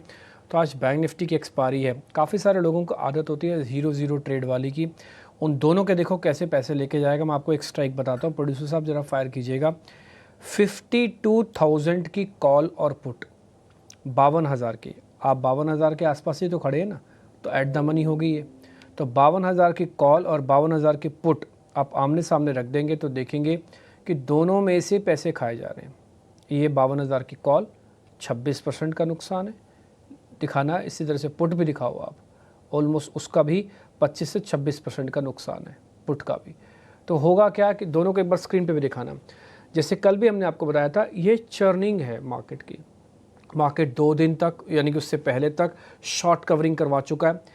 1.5 लाख कॉन्ट्रैक्ट जब आपस में बढ़ जाएं, आधे कॉन्ट्रैक्ट इस सीरीज़ में छूट जाएं, अगले कॉन्ट्रैक्ट अगली सीरीज़ में ट्रांसफ़र हो चुके हैं रोल ओवर के नंबर से, तो आपके पास आधी एनर्जी रह गई है इस बार को जोर लगाने की। तो ये आप देखिए पुट भी 20% के आसपास के नुकसान पे खड़ी है। दोनों कॉल और पुट आपस में पैसा खो रहे हैं। एक ही टेबल पे बैठे हुए मंदड़िया और तेजड़िया दोनों पैसे खो रहे हैं, क्योंकि मार्केट को चर्न करना है। यही चर्निंग हमने आपको कल भी बताई थी, ये चर्निंग आज सुबह भी 8 बजे आपको बताई है। और आज आप देख लेना दिन भर में, क्योंकि विक्स भी डाउन है। विक्स डाउन होने से क्या होगा कि और मोमेंटम श्रिंक हो जाएगा। जो कल था ना थोड़ा बहुत, ये आज और ठंडा पड़ जाएगा। ना केवल ठंडा पड़ेगा बल्कि रेंज को भी और डिफाइन कर देगा। एक डिसिप्लिन बॉय की तरह का इंडेक्स में काम मत करना। आज इंडेक्स के अलावा जो ऑप्शंस के अंदर है उनमें भी राइटिंग आती है तो ठीक है, राइटिंग में तो दोनों के पैसे आ जाएंगे, पुट के भी पैसे आएंगे, कॉल्स के भी आएंगे, बट उसमें प्रीमियम लगेगा ज़्यादा। इसलिए आप रिटेलर्स को ये काम नहीं करना चाहिए अगर बहुत प्रोफेशनल नहीं है तो। दूसरा, अब आपको स्टॉक स्पेसिफिक ही ध्यान देना चाहिए। बाजार कुछ नहीं करेगा, आप ट्रस्ट मी। आज अगर कुछ भी मूवमेंट इधर उधर नहीं हुआ ना तो आप दिन भर में आप सुस्त आ जाएंगे। आप सोचेंगे ये कोई मार्केट है क्या। और मैं बोलूँगा जो इंडेक्स में काम करने वाले लोग हैं, अगर उनको कोई छोटे मोटे काम है घर के निपटाने हैं, 2-2.5 घंटे बाद आओगे तब भी आपको मार्केट ऐसा ही दिखेगा। हो आइए आपके अपने काम निपटाइए, कहीं नहीं जा रहा मार्केट है। इंडिया विक्स को डाउन करके ये बाज़ार को गिराएंगे नहीं, और साथ ही ऊपर के रेजिस्टेंस पक्के खड़े हैं। सेलिंग का प्रेशर है, इंडेक्स मैनेजमेंट बहुत अच्छे से हो रहा है। एग्जाम्पल चलो एक और भी दिखाता हूँ मैं आपको। एडवांस डिक्लाइन की रेशियो दिखाओ, एक और एग्जाम्पल भी दिखाऊंगा इसके बाद। पहले दिखाओ जरा एडवांस डिक्लाइन की रेशियो। तो रेशियो पूरी तरह से बटी हुई दिखे, कहीं कोई एग्रेशन नहीं, कहीं कोई डिप्रेशन नहीं, कुछ नहीं। 50 शेयर इस समय आपको लॉन्ग के अंदर दिखेंगे, कवरिंग के शेयर मिला दूंगा तो 55 शेयर दिखेंगे बस आपको। एडवांस डिक्लाइन जहाँ पे एफ वाली शीट आती है, हाँ। और शॉर्ट के अंदर 123 शेयर है। तो ये शॉर्ट्स वाले जो शेयर आपको दिख रहे हैं 123 शेयर के आसपास, इसमें हल्की हल्की ये कवरिंग करवा देगा। एनएससी और बीएससी का देखो आप डाटा, एफ&ओ में जस्ट उल्टा है, एनएससी और बीएससी का जस्ट उल्टा है। तो हो गया रहा है, इंडेक्स मैनेजमेंट करने वाले शेयर्स तो प्रेशर बनाए रखेंगे, ओवरऑल मार्केट की स्ट्रेंथ स्ट्रांग रहेगी, क्योंकि एनएससी और बीएससी के शेयर्स तो एडवांस डिक्लाइन बेहतर लेके बैठे हैं। तो ये ऐसा बारीक चर्निंग कर देंगे ना, आपको सोचेगा कि इस दुनिया का सबसे समझदार आदमी मैं ही हूँ, मैंने भी सौदा प्लस किया है। और साथ में बैठा हुआ बंदा बोलेगा इस दुनिया का सबसे समझदार आदमी मैं हूँ, मैंने भी सौदा शॉर्ट किया है। मार्केट दोनों को गलत प्रूव कर देगा, इतनी बारीक चर्निंग कर रहा आज। तो आप थोड़ा सा ध्यान रखिएगा। इंडेक्स वालों के लिए दिन नहीं है आज का, स्टॉक्स वालों के लिए दिन है। स्टॉक स्पेसिफिक काम कीजिए, वहाँ पे आपको ट्रेड मिलेंगे। कुछ इंपॉर्टेंट डाटा था मार्केट्स का जो मेरे को लगा आपके सामने रखना चाहिए, मैंने रखा। अब आ जाते हैं लॉन्ग साइड पे। आज के शेयर्स में सीमेंस बैक टू बैक फिर से चल रहा है। कल की अच्छी क्लोजिंग, आज 3% ऊपर है। बस बहुत हो गया आदित्य अरोड़ा जी सीमेंस का चलना, या फिर नई सीरीज में भी चलेगा?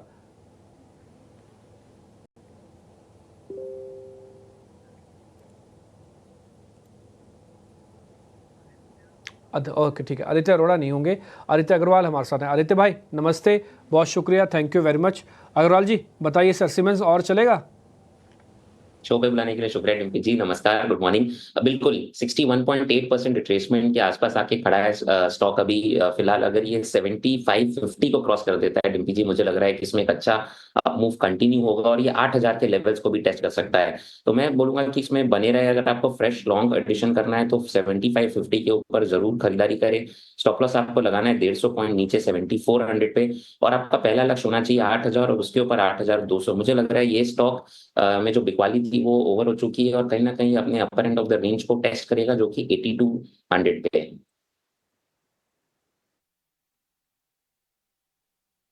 है। Done, point taken.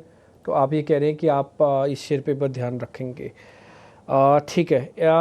कुछ और शेयर्स भी मैं चेक करवाता हूँ। एक एक्साइड इंडस्ट्रीज कल भी हमने जिक्र किया था, आज भी बढ़िया लॉन्ग पोजीशंस है। ये रोल ओवर करके जाना चाहिए आदित्य सर, आप ही चेक करना इसको। हाँ, एक्साइड नहीं डिम्पी जी, अवॉइड करूंगा मैं इसको। हालांकि एक सपोर्ट पे जरूर है, 420 का एक बहुत अच्छा सपोर्ट है और वहां से घूमा है, बट मुझे लग रहा है थोड़ा कंसोलिडेशन और बाकी है स्टॉक में।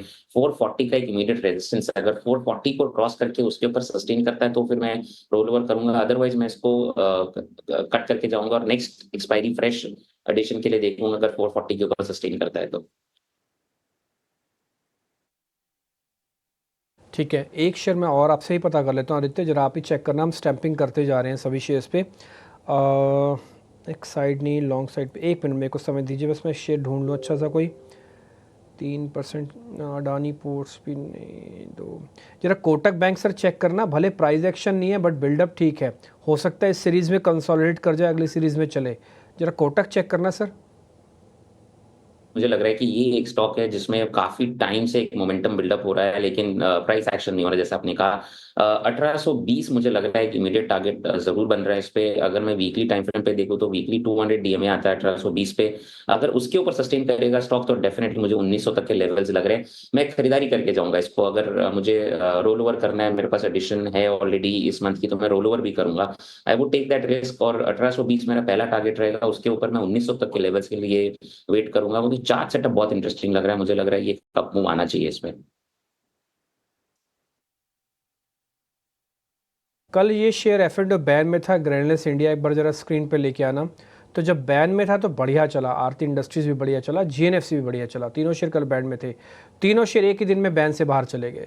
आज कोई शेयर F&O बैन में नहीं है। ग्रैन्युलस इंडिया के अंदर प्रॉफिट बुकिंग आ रही है। एक बार जरा आरती और GNFC और दिखाना। एक बार जरा आरती इंडस्ट्रीज दिखाओ, ये भी नीचे आ गया। एक बार जरा GNFC भी दिखाओ, GNFC। और ये भी थोड़ा ऊपर से नीचे आया बट अभी भी हरे निशान में, ठीक है। यानी कि समझ में आता है कि जो बैन में गए हुए शेयर्स है उसके अंदर ही अंदर की चर्निंग है, वो भी डेरिवेटिव एक्सपायरी पे बैन में हो तो और ख़तरनाक हो जाता है। अब ये बैन से बाहर है, एक्सपायरी का इम्पैक्ट दिखा रहे हैं, तो प्रॉफिट बुकिंग हो रही है थोड़ी बहुत। ग्रैन्युलस इंडिया कितना और वीक हो सकता है, ध्वनि एक बार ज़रा चेक करेंगे। ग्रैन्युलस इंडिया कितना वीक हो सकता है। कल स्ट्रॉन्ग था बट बैन था, आज बैन खुला, वीक हो गया। जी बिल्कुल डिम्पी जी, यहाँ पे ग्रैन्यूल्स अगर आप देखें तो ऊपर की तरफ में 610 के लेवल है, वो स्टॉक के अंदर स्ट्रॉन्ग एक रेजिस्टेंस की तरह काम कर रहे हैं। इनफैक्ट आप अगर देखें तो अक्टूबर में पूरे महीने में स्टॉक ने बहुत कोशिश करी 610 का लेवल ब्रेक करने की, बट वहां पे हमने ब्रेकआउट नहीं मिला और वहां से कॉन्स्टेंटली एक डाउनवर्ड मोमेंटम देखने को मिल रहा है। ओवरऑल एक रेंज बना रखी है स्टॉक में, जिसमें नीचे की तरफ में 530 का लेवल है जो एक सपोर्ट लेवल की तरह काम कर रहा है। तो रेंज ट्रेड के हिसाब से ऊपर 610 का स्टॉप लॉस लगा के नीचे वापस से जो डाउनवर्ड इसका मूड है वो कंटिन्यू होता हुआ दिखेगा आपको 530 के लेवल्स तक। ऑलराइट, तो ग्रैन्यूल्स इंडिया यहाँ पर आपके लिए राय पर आज फिर से जो डिफेंस के नाम है, जहाँ पर कल ब्रोकरेज नोट के चलते अच्छा एक्शन था, आज वो एक्शन जो है कंटिन्यू होता हुआ दिख रहा है। क्योंकि आज हम देखें तो स्टॉक्स जैसे कि मझगांव डॉक हो या फिर कोचिन शिपयार्ड हो या फिर HAL जैसे स्टॉक्स, यहाँ पर एक अच्छा प्राइस एक्शन ज़रूर है। एक बार ध्वनि आपसे ही समझना चाहेंगे, खास तौर से 2 स्टॉक्स अगर आप चेक कर पाएँ तो पहला है मझगांव डॉक, क्या यहाँ पर आपको लगता है कि और भी तेज़ी आ सकती है? और दूसरा बीटन नाउन नेम है कोचिन शिपयार्ड।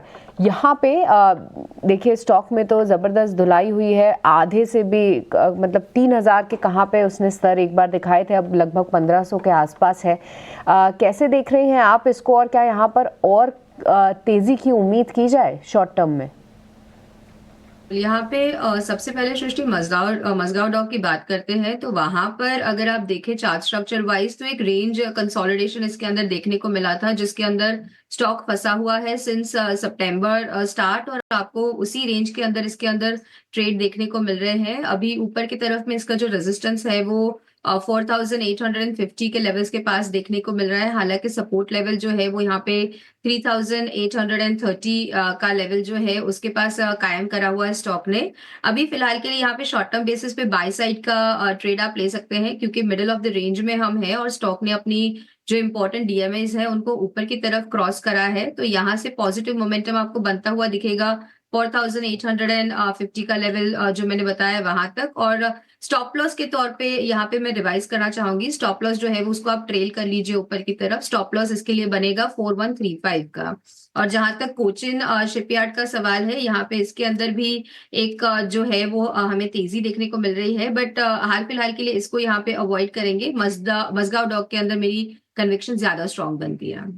ठीक है, तो मुझे यही समझना था कि दोनों में से जो है ज़्यादा बेहतर कौन सा दिख रहा है, तो हमें क्लियरली एडवाइस मिल गई ध्वनि की तरफ से कि मझगांव डॉक जो है वो यहाँ पर ज़्यादा मजबूत है। और जी हाँ, अगर आप थोड़ा सा लंबे समय का इसका चार्ट देखें 3 महीने या फिर 6 महीने, तो आप देखेंगे कि 4300 एक इम्पॉर्टेंट लेवल है जो कि क्रॉस करे अगर स्टॉक, तो हो सकता है मोमेंटम बिल्ड करे। और यहाँ पर हम देख भी रहे हैं कि अभी भी स्टॉक में लगभग 2% की, आप देखिए कितनी बार ये स्टॉक ने उन्हीं लेवल्स पे हर्डल लिया है। तो अगर उस हर्डल को क्रॉस करे और निकले तो फिर ऊपर के लेवल्स ध्यान में ज़रूर रखेंगे। देखिए एनटीपीसी ग्रीन एनर्जी आईपीओ की आज लिस्टिंग होने वाली है और बीएसई पर फिलहाल जो है वो 111.6 पे सेटल फिलहाल हुआ है, जो लगभग सपाट लिस्टिंग की संकेत ज़रूर है। पर ऐसे में मैं इसकी पेरेंट कंपनी एनटीपीसी पर एक बार आदित्य क्विकली आपसे राय लेना चाहूँगी, क्योंकि जो भी मैं इसको ट्रैक कर रही थी हमेशा 200 डे मूविंग एवरेज जो है इसने हाल फिलहाल रीटेस्ट नहीं किया था, बट अब उसके नीचे जो ये ट्रेड कर रहा है, कैसे देख रहे हैं आप इसको? क्या यहाँ पर कोई रिकवरी की उम्मीद की जाए? ऑब्जर्वेशन सृष्टि, बहुत समय बाद स्टॉक ने अपने 200 डीएमए को ब्रेक किया। इनफैक्ट 2021 के बाद स्टॉक ने अपने 200 डीएमए को ब्रेक किया और उसके बाद उसके ऊपर सस्टेन नहीं कर पाया, एक रीटेस्ट किया और वापस हमें सेलिंग प्रेशर देखने मिली। अगर मैं डेली टाइम फ्रेम पे देखूं तो एक पॉजिटिव डाइवर्जेंस बन रहा है यहाँ पे और अच्छा सपोर्ट है 360 के आसपास। अगर 360 होल्ड करता है स्टॉक तो मे बी एक शॉर्ट कवरिंग रैली हमें देखने मिल सकती है स्टॉक में, बट अगेन लिमिटेड रहेगा 380 385 तक के मूव्स तक। मुझे नहीं लग रहा कि बहुत ज्यादा एक अप मूव आने वाला है स्टॉक में, कंसोलिडेशन शायद ज्यादा देखने मिले हमें स्टॉक में। ऑन द फ्लिप साइड अगर 360 ब्रेक करता है स्टॉक तो मैं सेल करूंगा इसको, बाकी 360 का इमीडिएट सपोर्ट है इस पे और मेजर सपोर्ट है। अगर 360 ब्रेक करता है तो मैं सेल करूंगा स्टॉक को और टारगेट्स यहाँ पे 340 के आएंगे और स्टॉप लॉस मुझे 370 का लगाना है। तो वेट एंड वॉच करूंगा मैं अभी, पोजीशन ज्यादा नहीं बनाने की कोशिश करूंगा, नई लॉन्ग साइड में नई शॉर्ट साइड में। अगर 360 ब्रेक करता है तो मे बी मैं एक शॉर्ट ट्रेड लेना चाहूंगा स्टॉक में। तो अगर 360 ब्रेक करता है तो एक शॉर्ट ट्रेड यहाँ पर ले, पर फिलहाल जो है कोई फ्रेश नज़रिया एटलीस्ट लॉन्ग साइड के लिए तो नहीं है, ये क्लियर कट राय आदित्य की तरफ से। पर आदित्य एक बार इंडिको का भी चार्ट चेक दीजिए, क्योंकि पिछला हफ्ते और इस हफ्ते भी जो है स्टॉक में एक अच्छा मूव ज़रूर देखने को मिला। कहीं ना कहीं 4200 के लेवल्स को ये अच्छी तरीके से होल्ड करा है। आदित्य, क्या आपको लगता है ये एक अच्छा एंट्री पॉइंट है और क्या यहाँ पे फ्रेश ट्रेड लेना चाहिए? सृष्टि, एक अच्छा स्पॉट है ये ट्रेड लेने के लिए। स्टॉक में मूव अभी भी बाकी है स्टॉक में, यानी एक अच्छा कंसोलिडेशन के बाद अच्छा मूव हमें देखने मिल रहा है। 4600 का टारगेट यहाँ पे हमारा बन के रहेगा, तो 4600 के टारगेट के लिए करंट लेवल्स पे खरीदारी करें। थोड़ा सा फ्लैट है स्टॉक आज, 4100 का स्टॉप लॉस लगा है, सिर्फ 100 रुपए डाउन साइड और ऊपर में हमको 400 रुपए तक का मूव देखने मिल सकता है। इंटरेस्टिंग ट्रेड लेना चाहिए लॉन्ग साइड में। इस वॉलेटिलिटी का फायदा उठाएं और इन स्तरों पर इंटरग्लोब एविएशन पर एंटर करने की यहाँ पर राय जरूर बनती हुई दिख रही है। भारत डायनेमिक्स लिमिटेड के चार्ट्स को एक बार पुल अप करेंगे, अच्छी मजबूती के बीच यहाँ पर एक्शन दिख रहा है, ऑलमोस्ट 4% की तेजी ध्वनि। बीडीएल 1069 के लेवल्स पर ये ट्रेड करता हुआ, क्या राय होगी?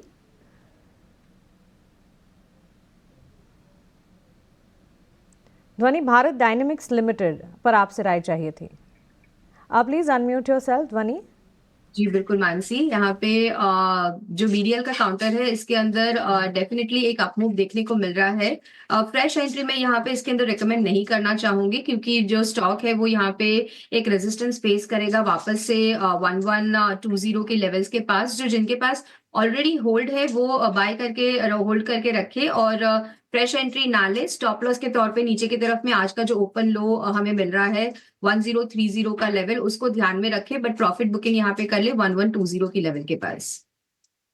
बुकिंग की इनफैक्ट यहाँ पर राय 1120 के लेवल्स के पास मिलती हुई, पोजीशंस को फिलहाल बनाकर रखें, लेकिन 1120 के लेवल्स पर नजर रखी जाए और इन स्तरों पर एक बार निकलने की कोशिश कीजिएगा। 4% की तेजी है, प्रॉफिट बुक की राय। एलटीआई माइंडट्री के चार्ट्स देखते हैं। आज इनफैक्ट कंपनी की तरफ से एक बयान भी आया है, अपने रेवेन्यू और साथ ही मार्जिन्स को लेकर कंपनी ने गाइडेंस दिए हैं। इनका ये कहना है कि FY31 to 32 तक $10 बिलियन के रेवेन्यूज का टारगेट बनाकर ये चल रहे हैं और मार्जिन गाइडेंस या मार्जिन ग्रोथ गाइडेंस की बात करें on a short term basis 17 to 18% के मार्जिन ग्रोथ्स भी ये टारगेट करके चल रहे हैं। मोतीलाल ओसवाल की एक रिपोर्ट भी आई और इसमें भी ऑलमोस्ट 19% के अपसाइड नजर आए। आदित्य, आपसे जानना चाहेंगे, अपसाइड पोटेंशियल वैसे तो नजर आ रही है, फंडामेंटली कंपनी की तरफ से बयान भी ठीक ठाक, टेक्निकली क्या चार्ट्स आपको यहाँ से दुरुस्त नजर आते हैं? बिल्कुल, मुझे लग रहा है बस 6500 का जो लेवल है वो स्टॉक टेस्ट करिएगा। वहाँ पे एक मेजर हर्डल है, मल्टीपल टॉप्स है वहाँ पे।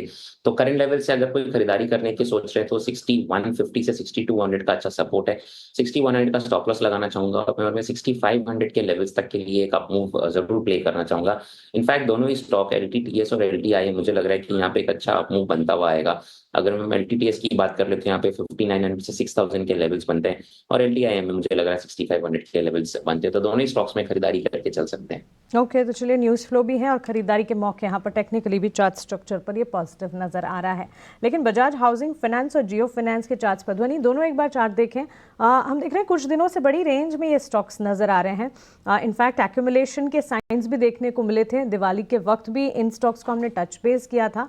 ध्वनि एक बार बजाज हाउसिंग फाइनेंस और साथ ही जियो फाइनेंस पर आपसे राय।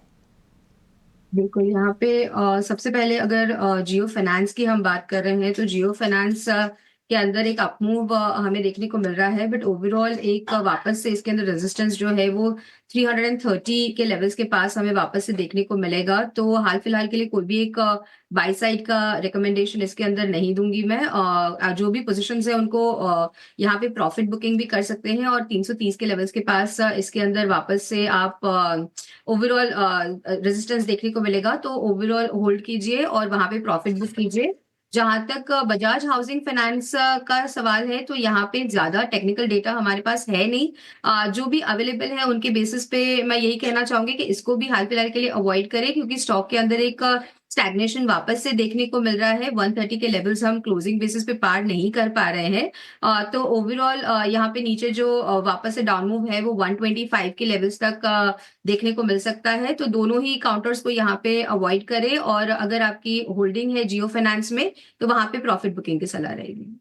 चलिए, ये राय फिलहाल इन दोनों ही काउंटर्स में कोई फ्रेश पोजीशंस की राय नहीं है और जियो फाइनेंस में एक बार निकलने के बारे में भी सोचा जा सकता है। रियल एस्टेट सेक्टर में आज कोई खास बड़ा मोमेंटम नहीं है, लेकिन रियल एस्टेट के ही दो मेजर प्लेयर्स हैं। मैक्रोटेक डेवलपर्स के चार्ट को एक बार पुल अप करेंगे, वहां पर अच्छी खासी मजबूती देखने को मिल रही है और साथ ही गोदरेज प्रॉपर्टीज पर भी एक नज़र होनी चाहिए। मैक्रोटेक डेवलपर्स में हम देख रहे हैं ऑलमोस्ट यहाँ पर करीब 3 से 4% तक की तेज़ी। हालांकि गोदरेज प्रॉपर्टीज़, मैक्रोटेक करीब 2% की मजबूती, गोदरेज प्रॉपर्टीज़ में बिकवाली का दबाव है। लेकिन कल ये दोनों ही स्टॉक्स फोकस में थे क्योंकि करीब 35,000 करोड़ के सेल्स जो हैं यहाँ पर ड्राइव होते हुए देखने को मिले। तो उन सेल्स फ्रंट, डिमांड के फ्रंट पर लगातार रियल एस्टेट प्लेयर्स फोकस में रहते हैं। आज ये सेक्टर पर कोई खास मोमेंटम नहीं है, लेकिन आदित्य फिर भी इन स्टॉक्स पर राय क्या होगी? बहुत ही sector specific, zone specific momentum है इस स्पेस में। अगर हम मैक्रोटेक डेवलपर्स की बात कर ले तो उसमें एक अच्छा मोमेंटम बिल्डअप है। इनफैक्ट धोनी, अगर हम देखें तो महाराष्ट्र इलेक्शंस के बाद कुछ चुनिंदा रियल एस्टेट स्टॉक्स में हमने एक तेजी देखी। उसमें से अजमेरा रियल्टी एक था, मैक्रो डेवलपर्स दूसरा था। तो मुझे लग रहा है ये दो स्टॉक्स के साथ स्टिक करना चाहिए। मैक्रोटेक डेवलपर्स करंट लेवल्स में बिल्कुल खरीदारी कर सकते हैं। अपसाइड में मुझे लग रहा है यहाँ पे 1450 से 1500 के लेवल्स बनते हुए दिखते हैं और बहुत ही इमीडिएट सपोर्ट इसमें 1200 का है। तो रिस्क टू रिवॉर्ड के लिहाज से भी बहुत ही फेवरेबल है। दूसरा स्टॉक अजमेरा रियल्टी, जो मैंने सुबह भी सजेस्ट किया था, मुझे लग रहा है इसमें एक बहुत अच्छी शानदार तेजी बनती हुई लग रही है। फ्रेश ब्रेकआउट है वॉल्यूम्स पे। कल करंट लेवल्स पे खरीदारी करी, 1100 का लक्ष्य लगा इस पे और 950 का स्टॉप लॉस लगा है। तो दोनों ही स्टॉक्स अजमेरा रियल्टी और मैक्रोटेक डेवलपर्स खरीदारी की सलाह रहेगी। गोदरेज प्रॉपर्टीज एंड डीएलएफ थोड़ा सा अवॉइड करना चाहूंगा मैं अभी फिलहाल। ये कुछ रियल एस्टेट वाले काउंटर्स पे आपको आदित्य अपना व्यू पॉइंट दे रहे थे, लेकिन मैं फिर से बता दूं मार्केट पूरी तरह से एक रेंज के अंदर है। बाज़ार को खुले हुए करीब आधे घंटे से ज़्यादा का समय हो चुका है और इस बीच अगर आप देखेंगे तो आपके पास कुछ नहीं है बोलने के लिए कि बाज़ार तेज़ है कि वीक है। आप कैसे बोलेंगे? आप इस 5 पॉइंट की गिरावट को तेज़ी बोलेंगे? क्या बोलेंगे आप? क्या बोलोगे आप? मार्केट तो रेंज में है। कल की टोटल गिरावट आपको पता है ना कितनी हुई थी? सिर्फ 27 पॉइंट की। बैंक निफ्टी अब जरा चेक करो, सिर्फ 52 पॉइंट नीचे। क्या बोलोगे, तेज़ है कि वीक हो? आप पता ही नहीं, आपको पता ही नहीं। 16 पॉइंट की कल की गिरावट थी। 52,000 का इंडेक्स, 16 पॉइंट कल की गिरावट। डेरिवेटिव एक्सपायरी के मुआयने पर खड़े हो आप, जिसमें ये कहा जाता है कि 15 का विक्स हो, डेरिवेटिव एक्सपायरी हो तो 200 पॉइंट तो मार्केट देखता भी नहीं है इधर उधर जाने में, देखता भी नहीं है, बट दिखा रहा है आपको। इतनी माहिन बारीकी से चर्न कर रहा है। मैं आपको फिर से वही 52,000 वाली कॉल और पुट दिखाता हूँ, फिर मैं अपने साथ नीलेश जैन को भी जोड़ूंगा ताकि आपको एक ऑप्शंस का ट्रेड और बता पाएँ। जरा स्क्रीन पर जल्दी से दिखाओ 52,000 वाली कॉल बैंक निफ्टी की और 52,000 वाली पुट बैंक निफ्टी की, दोनों पिट रही हैं। अभी दोनों में कितना 20-22% का लॉस था ना, अब आप देखो लॉस 34% का हो चुका है। ये तो कॉल का 34% का, पुट का दिखाओ, इससे भी ज़्यादा होगा, डबल हो गया होगा। तो आप क्या कर रहे हो? पैसे खो रहे हो सिर्फ। मैंने बताया ना, एक आदमी सोच रहा है सौदा प्लस करेगा, बोलेगा मैं दुनिया का सबसे समझदार आदमी हूँ, मैं तो प्लस कर रहा हूँ। आप भी पैसा खो रहे हो। ये देखो 34 और 44 हो गया। पुट थोड़ी देर पहले 21% के लॉस पे थी, अब वो 42% के लॉस पर है। तो दोनों पैसा खो रहे हो। और ये 12 बजे तक आते आते, क्योंकि आज डेरिवेटिव एक्सपायरी है, दोनों के प्रीमियम्स को इतना शेड कर देगा, इतना गिरा देगा कि आपकी इच्छा शक्ति मार देगा। आप ज़बरदस्ती सौदा काटोगे, निराश मन से जाओगे, फिर बोलोगे मार्केट के अंदर पैसा गंवाया जाता है। गंवाया नहीं जाता है, स्ट्रेटजिकली पैसा लिया जाता है। गंवाना अलग बात है, लेना अलग बात है। ये ले रहे हैं राइटर्स आपसे पैसा। आप नेकेड कॉल और नेकेड पुट ले लोगे, बहुत स्मार्ट नहीं हो तो दोनों से पैसा ले जाएंगे आज मार्केट के। नीलेश जैन इस बीच मेरे को स्क्रीन पे दिख रहे हैं। अब नीलेश भाई नमस्ते, जरा बताइए सर ऑप्शंस का ट्रेड कौन सा है आपके पास? नमस्ते रिम्पी जी। देखिए खरीदारी पर फोकस है, जैसे कि आपने कहा कि इंडेक्स रेंज बाउंड है, no doubt about it, but stock specific action काफी अच्छा देखने को मिल रहा है। तो यहाँ पे डिफेंस जो स्पेस है वहाँ पे एक रिकवरी हमें देखने को मिल रही है। तो BDL, HAL, BL इनफैक्ट सारे ही डिफेंस के स्टॉक में अच्छा मोमेंटम देखने को मिल रहा है। तो HAL इस पर्टिकुलर काउंटर पे हमारी नजर गई है। यहाँ पे एक फॉलिंग वेज पैटर्न का ब्रेकआउट आता हुआ नजर आ रहा है और साथ ही साथ डेरिवेटिव डेटा भी काफी सपोर्टिव है, लॉन्ग बिल्डअप यहाँ पे हो रहा है। यहाँ पे जो कल की नवंबर की सीरीज की एक्सपायरी है 4400 का कॉल ऑप्शन, उसे ऐड करने की सलाह होगी, जहाँ पे हमें अपसाइड हम एक्सपेक्ट करके चल रहे हैं कि यहाँ पे 101 रुपीज तक की अपसाइड देखने को मिल सकती है। पहला टारगेट 75 का होगा, इनफैक्ट दूसरा टारगेट 110 का होगा। स्टॉप लॉस यहाँ पे रखना होगा 16 का। खरीदना है 43 से 46 के रेंज में। तो अभी एकाएक थोड़ा स्पर जरूर आया है, बट थोड़ी सी डिप मिले तो इसे ऐड करें। HCL की अंडरलाइन हमें यहाँ से 4500 से लेके 4550 शॉर्ट टर्म के लिहाज से जाती हुई नजर आ रही है। तो यहाँ पे HCL का कॉल ऑप्शन लॉन्ग करने की सलाह होगी। ठीक है, HCL का एक कॉल ऑप्शन, इसको आप लॉन्ग कर सकते हैं 43 से 46 रुपये के बीच में। 75-101 तक के टारगेट है। दो टारगेट्स हैं, दोनों में डिफरेंस ही 25 रुपये का है।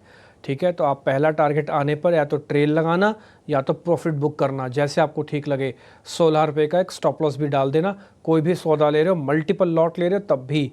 और एक लॉट की कैलकुलेशन सामने डली हुई है लॉस प्रॉफिट की, वह 9,500 रुपये का प्रॉफिट है और करीब 4,500 रुपये का लॉस है। ये सिंपल सी कैलकुलेशंस है। निफ्टी थोड़ा ऊपर आया क्योंकि विक्स ने का एक झटका लिया है, अब वो 2% नीचे आ चुका। अभी थोड़ी देर पहले 15 के नीचे विक्स चला गया। नीलेश भाई शुक्रिया, थैंक यू वेरी मच ये ट्रेड बताने के लिए। स्टॉक स्पेसिफिक काम करो, बढ़िया काम करो, इन तो इंडेक्स में अपने आप को सिर्फ और सिर्फ परेशानी में पाओगे और कुछ नहीं। स्टॉक स्पेसिफिक काम करो। HCL का सौदा है, आप इसको ज़रूर चेक करो, देखो इसके अंदर, समझो क्या ट्रेड बनता है, कैसे आपको लेना है कि नहीं बनता है। एक दो शेयर ज़रा ध्वनि से और पता कर लेता हूँ मैं, जहाँ पे लॉन्ग पोजीशंस बनी है। जब HCL की बात छिड़ी है तो ज़रा BEL भी देख लेता हूँ। BEL कोई ट्रेड यहाँ पे बनता है क्या ध्वनि? BEL जी बिल्कुल डिम्पी जी, यहाँ पे BL का काउंटर डेफिनेटली एक पॉजिटिव साइड का मोमेंटम तो बना रहा है, बट ओवरऑल स्टॉक के अंदर 305 का लेवल है जो हम पार नहीं कर पा रहे हैं। तो जैसे ही आज के सत्र में 305 की लेवल्स को अगर हम सस्टेन करते हैं तो यहाँ पे आप एक बाय साइड का ट्रेड बना सकते हैं। 320 रुपए तक का मोमेंटम इसके अंदर आपको देखने को मिलेगा और स्टॉप लॉस के तौर पे खास करके नीचे की तरफ में आप यहाँ पे 295 का लेवल ध्यान में रखें।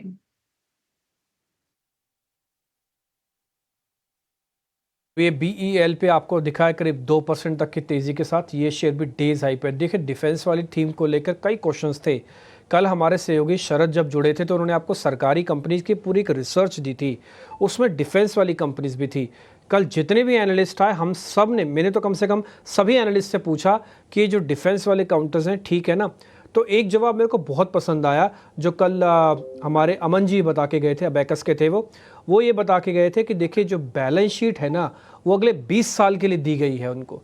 जो सरकार ने मैंडेट दिया है कि मेक इन इंडिया करो, वो 20 साल का मैंडेट है। ये बात सच है कि उनके प्रॉफिट बहुत अच्छे आए हैं, उनके प्राइस बहुत तेज़ी से चले हैं, लेकिन ऐसा ना सोच लिया जाए कि उनकी बैलेंस शीट थक गई है, क्योंकि सरकार विजन के साथ चल रही है और वो विजन सरकारी कंपनीज खासकर डिफेंस वाली कंपनीज में दिखेगा। कल एक रिपोर्ट भी आई थी, आपको ध्यान होगा, हिंदुस्तान एरोनॉटिकल्स पे, जिसमें 5000 प्लस तक के टारगेट थे। आज थोड़ी देर पहले नीलेश भाई आपको वही ऑप्शंस का ट्रेड दे के गए हैं। स्पेसिफिक रहिए, थोड़ा मार्केट को बारीकी से पढ़िए, अगर समझेंगे, डाटा की स्टडी पकड़ेंगे, चीज़ें समझ में आएंगी। अच्छा एक और चीज़ का रोल ओवर का नंबर भी ठीक है, तो सारी चीज़ें ना बहुत फाइन ट्यून होके आपके सामने आती जाएंगी। थोड़ा ज़रूरत है उस चीज़ की। मैं अपने साथ अपने सहयोगी शरद को वापस से आज जोड़ता हूँ। आज वो कुछ एक और अच्छी रिसर्च लेके आए या फिर पढ़ाई करके आए एक सब्जेक्ट के बारे में, जो है ओला इलेक्ट्रिक कंपनी है, उसके बारे में। क्यों आज 7% ऊपर है? कल भी ये 5% करीब करीब ऊपर आ गया था। ये 65 के भाव के आसपास यानी कि अपनी आईपीओ प्राइस से नीचे चला गया था, अब फिर से स्पीड पकड़ रहा है। वजह क्या बताने के लिए शरद हैं। शरद भाई बताइए। जी बिल्कुल, ओला इलेक्ट्रिक की बात करें तो आईपीओ प्राइस जो 76 रुपीज़ पर शेयर था उसको वापस से वो क्रॉस कर गए। इसके जो हाईज थे वो 150 के थे, ऑलमोस्ट बड़ी करेक्शन आई, 60-65 तक गया जो लेवल्स था। अब जो है इंक्रीज़ देखने मिली। नवंबर 21 में जो लोज़ आए थे, सबसे ख़राब लोज़ थे, वहाँ से स्टॉक देखा जाए तो 15% उठ गया है और पिछले 2 सेशन में 10% से ज़्यादा का जो है उछाल देखने मिला है। अगर हम बात करें तो अहम ट्रिगर्स में सबसे पहला आता है इनके लॉन्चेस के बारे में। इन्होंने जो है हाल ही में अपनी ईवी लॉन्च की है गिग इकोनॉमी के लिए। गिग इकोनॉमी होता है जो आपके क्विक सर्विस या आप कह सकते हैं कि फूड डिलीवरी एजेंट्स होते हैं, उनके लिए जो है गिग इकोनॉमी कहा जाता है। और गिग इकोनॉमी के लिए खास करके जो है 2 व्हीलर लॉन्च किए गए हैं। इसके जो दाम है वो बहुत अफोर्डेबल है, 39,999 से जो है शुरू होते हैं ओवरऑल। और इसके 2 वैरायटीज़ निकले, S1Z और आपका S। और इसके अलावा देखे जाए तो रिजर्वेशन इन दोनों EVs की जो है अप्रैल 2025 से जो है ओवरऑल डिलीवरी भी शुरू होंगी। और पावर पॉड एक टाइप से आप कह सकते हैं कि इन्वर्टर जैसा, वो भी कंपनी ने लॉन्च किया है। प्राइसिंग देखिए, गिग और S1Z का 39,000 से शुरू हो रहा है और एक दूसरा वाला ऑलमोस्ट 60,000 से शुरू हो रहा है। और उनके जो बाकी के अनाउंसमेंट्स है S1X, S1 Air, S1 Pro, उसमें देखेंगे ये जो है हैवियर प्राइस यानी कि महंगे प्राइसिंग में देखने मिले हैं। लेकिन इनकी कंपटीशन क्या है ये भी बहुत इंपॉर्टेंट है। और गिग इकोनॉमी में जो EV व्हीकल्स आ रहे हैं उसमें सबसे सस्ता जो है ओला इलेक्ट्रिक ने अनाउंसमेंट किया है अपने गिग मॉडल्स को लेके। Yulu, kinetic green energy, Okinawa, ये भी बहुत सारे प्लेयर्स हैं जो गिग इकोनॉमी के EV व्हीकल्स बनाते हैं, पर ये थोड़े महंगे साइड में है। तो ओला ने जो है गिग इकोनॉमी का जो 2 व्हीलर EV है वो सबसे सस्ता उतारा है बाज़ार में।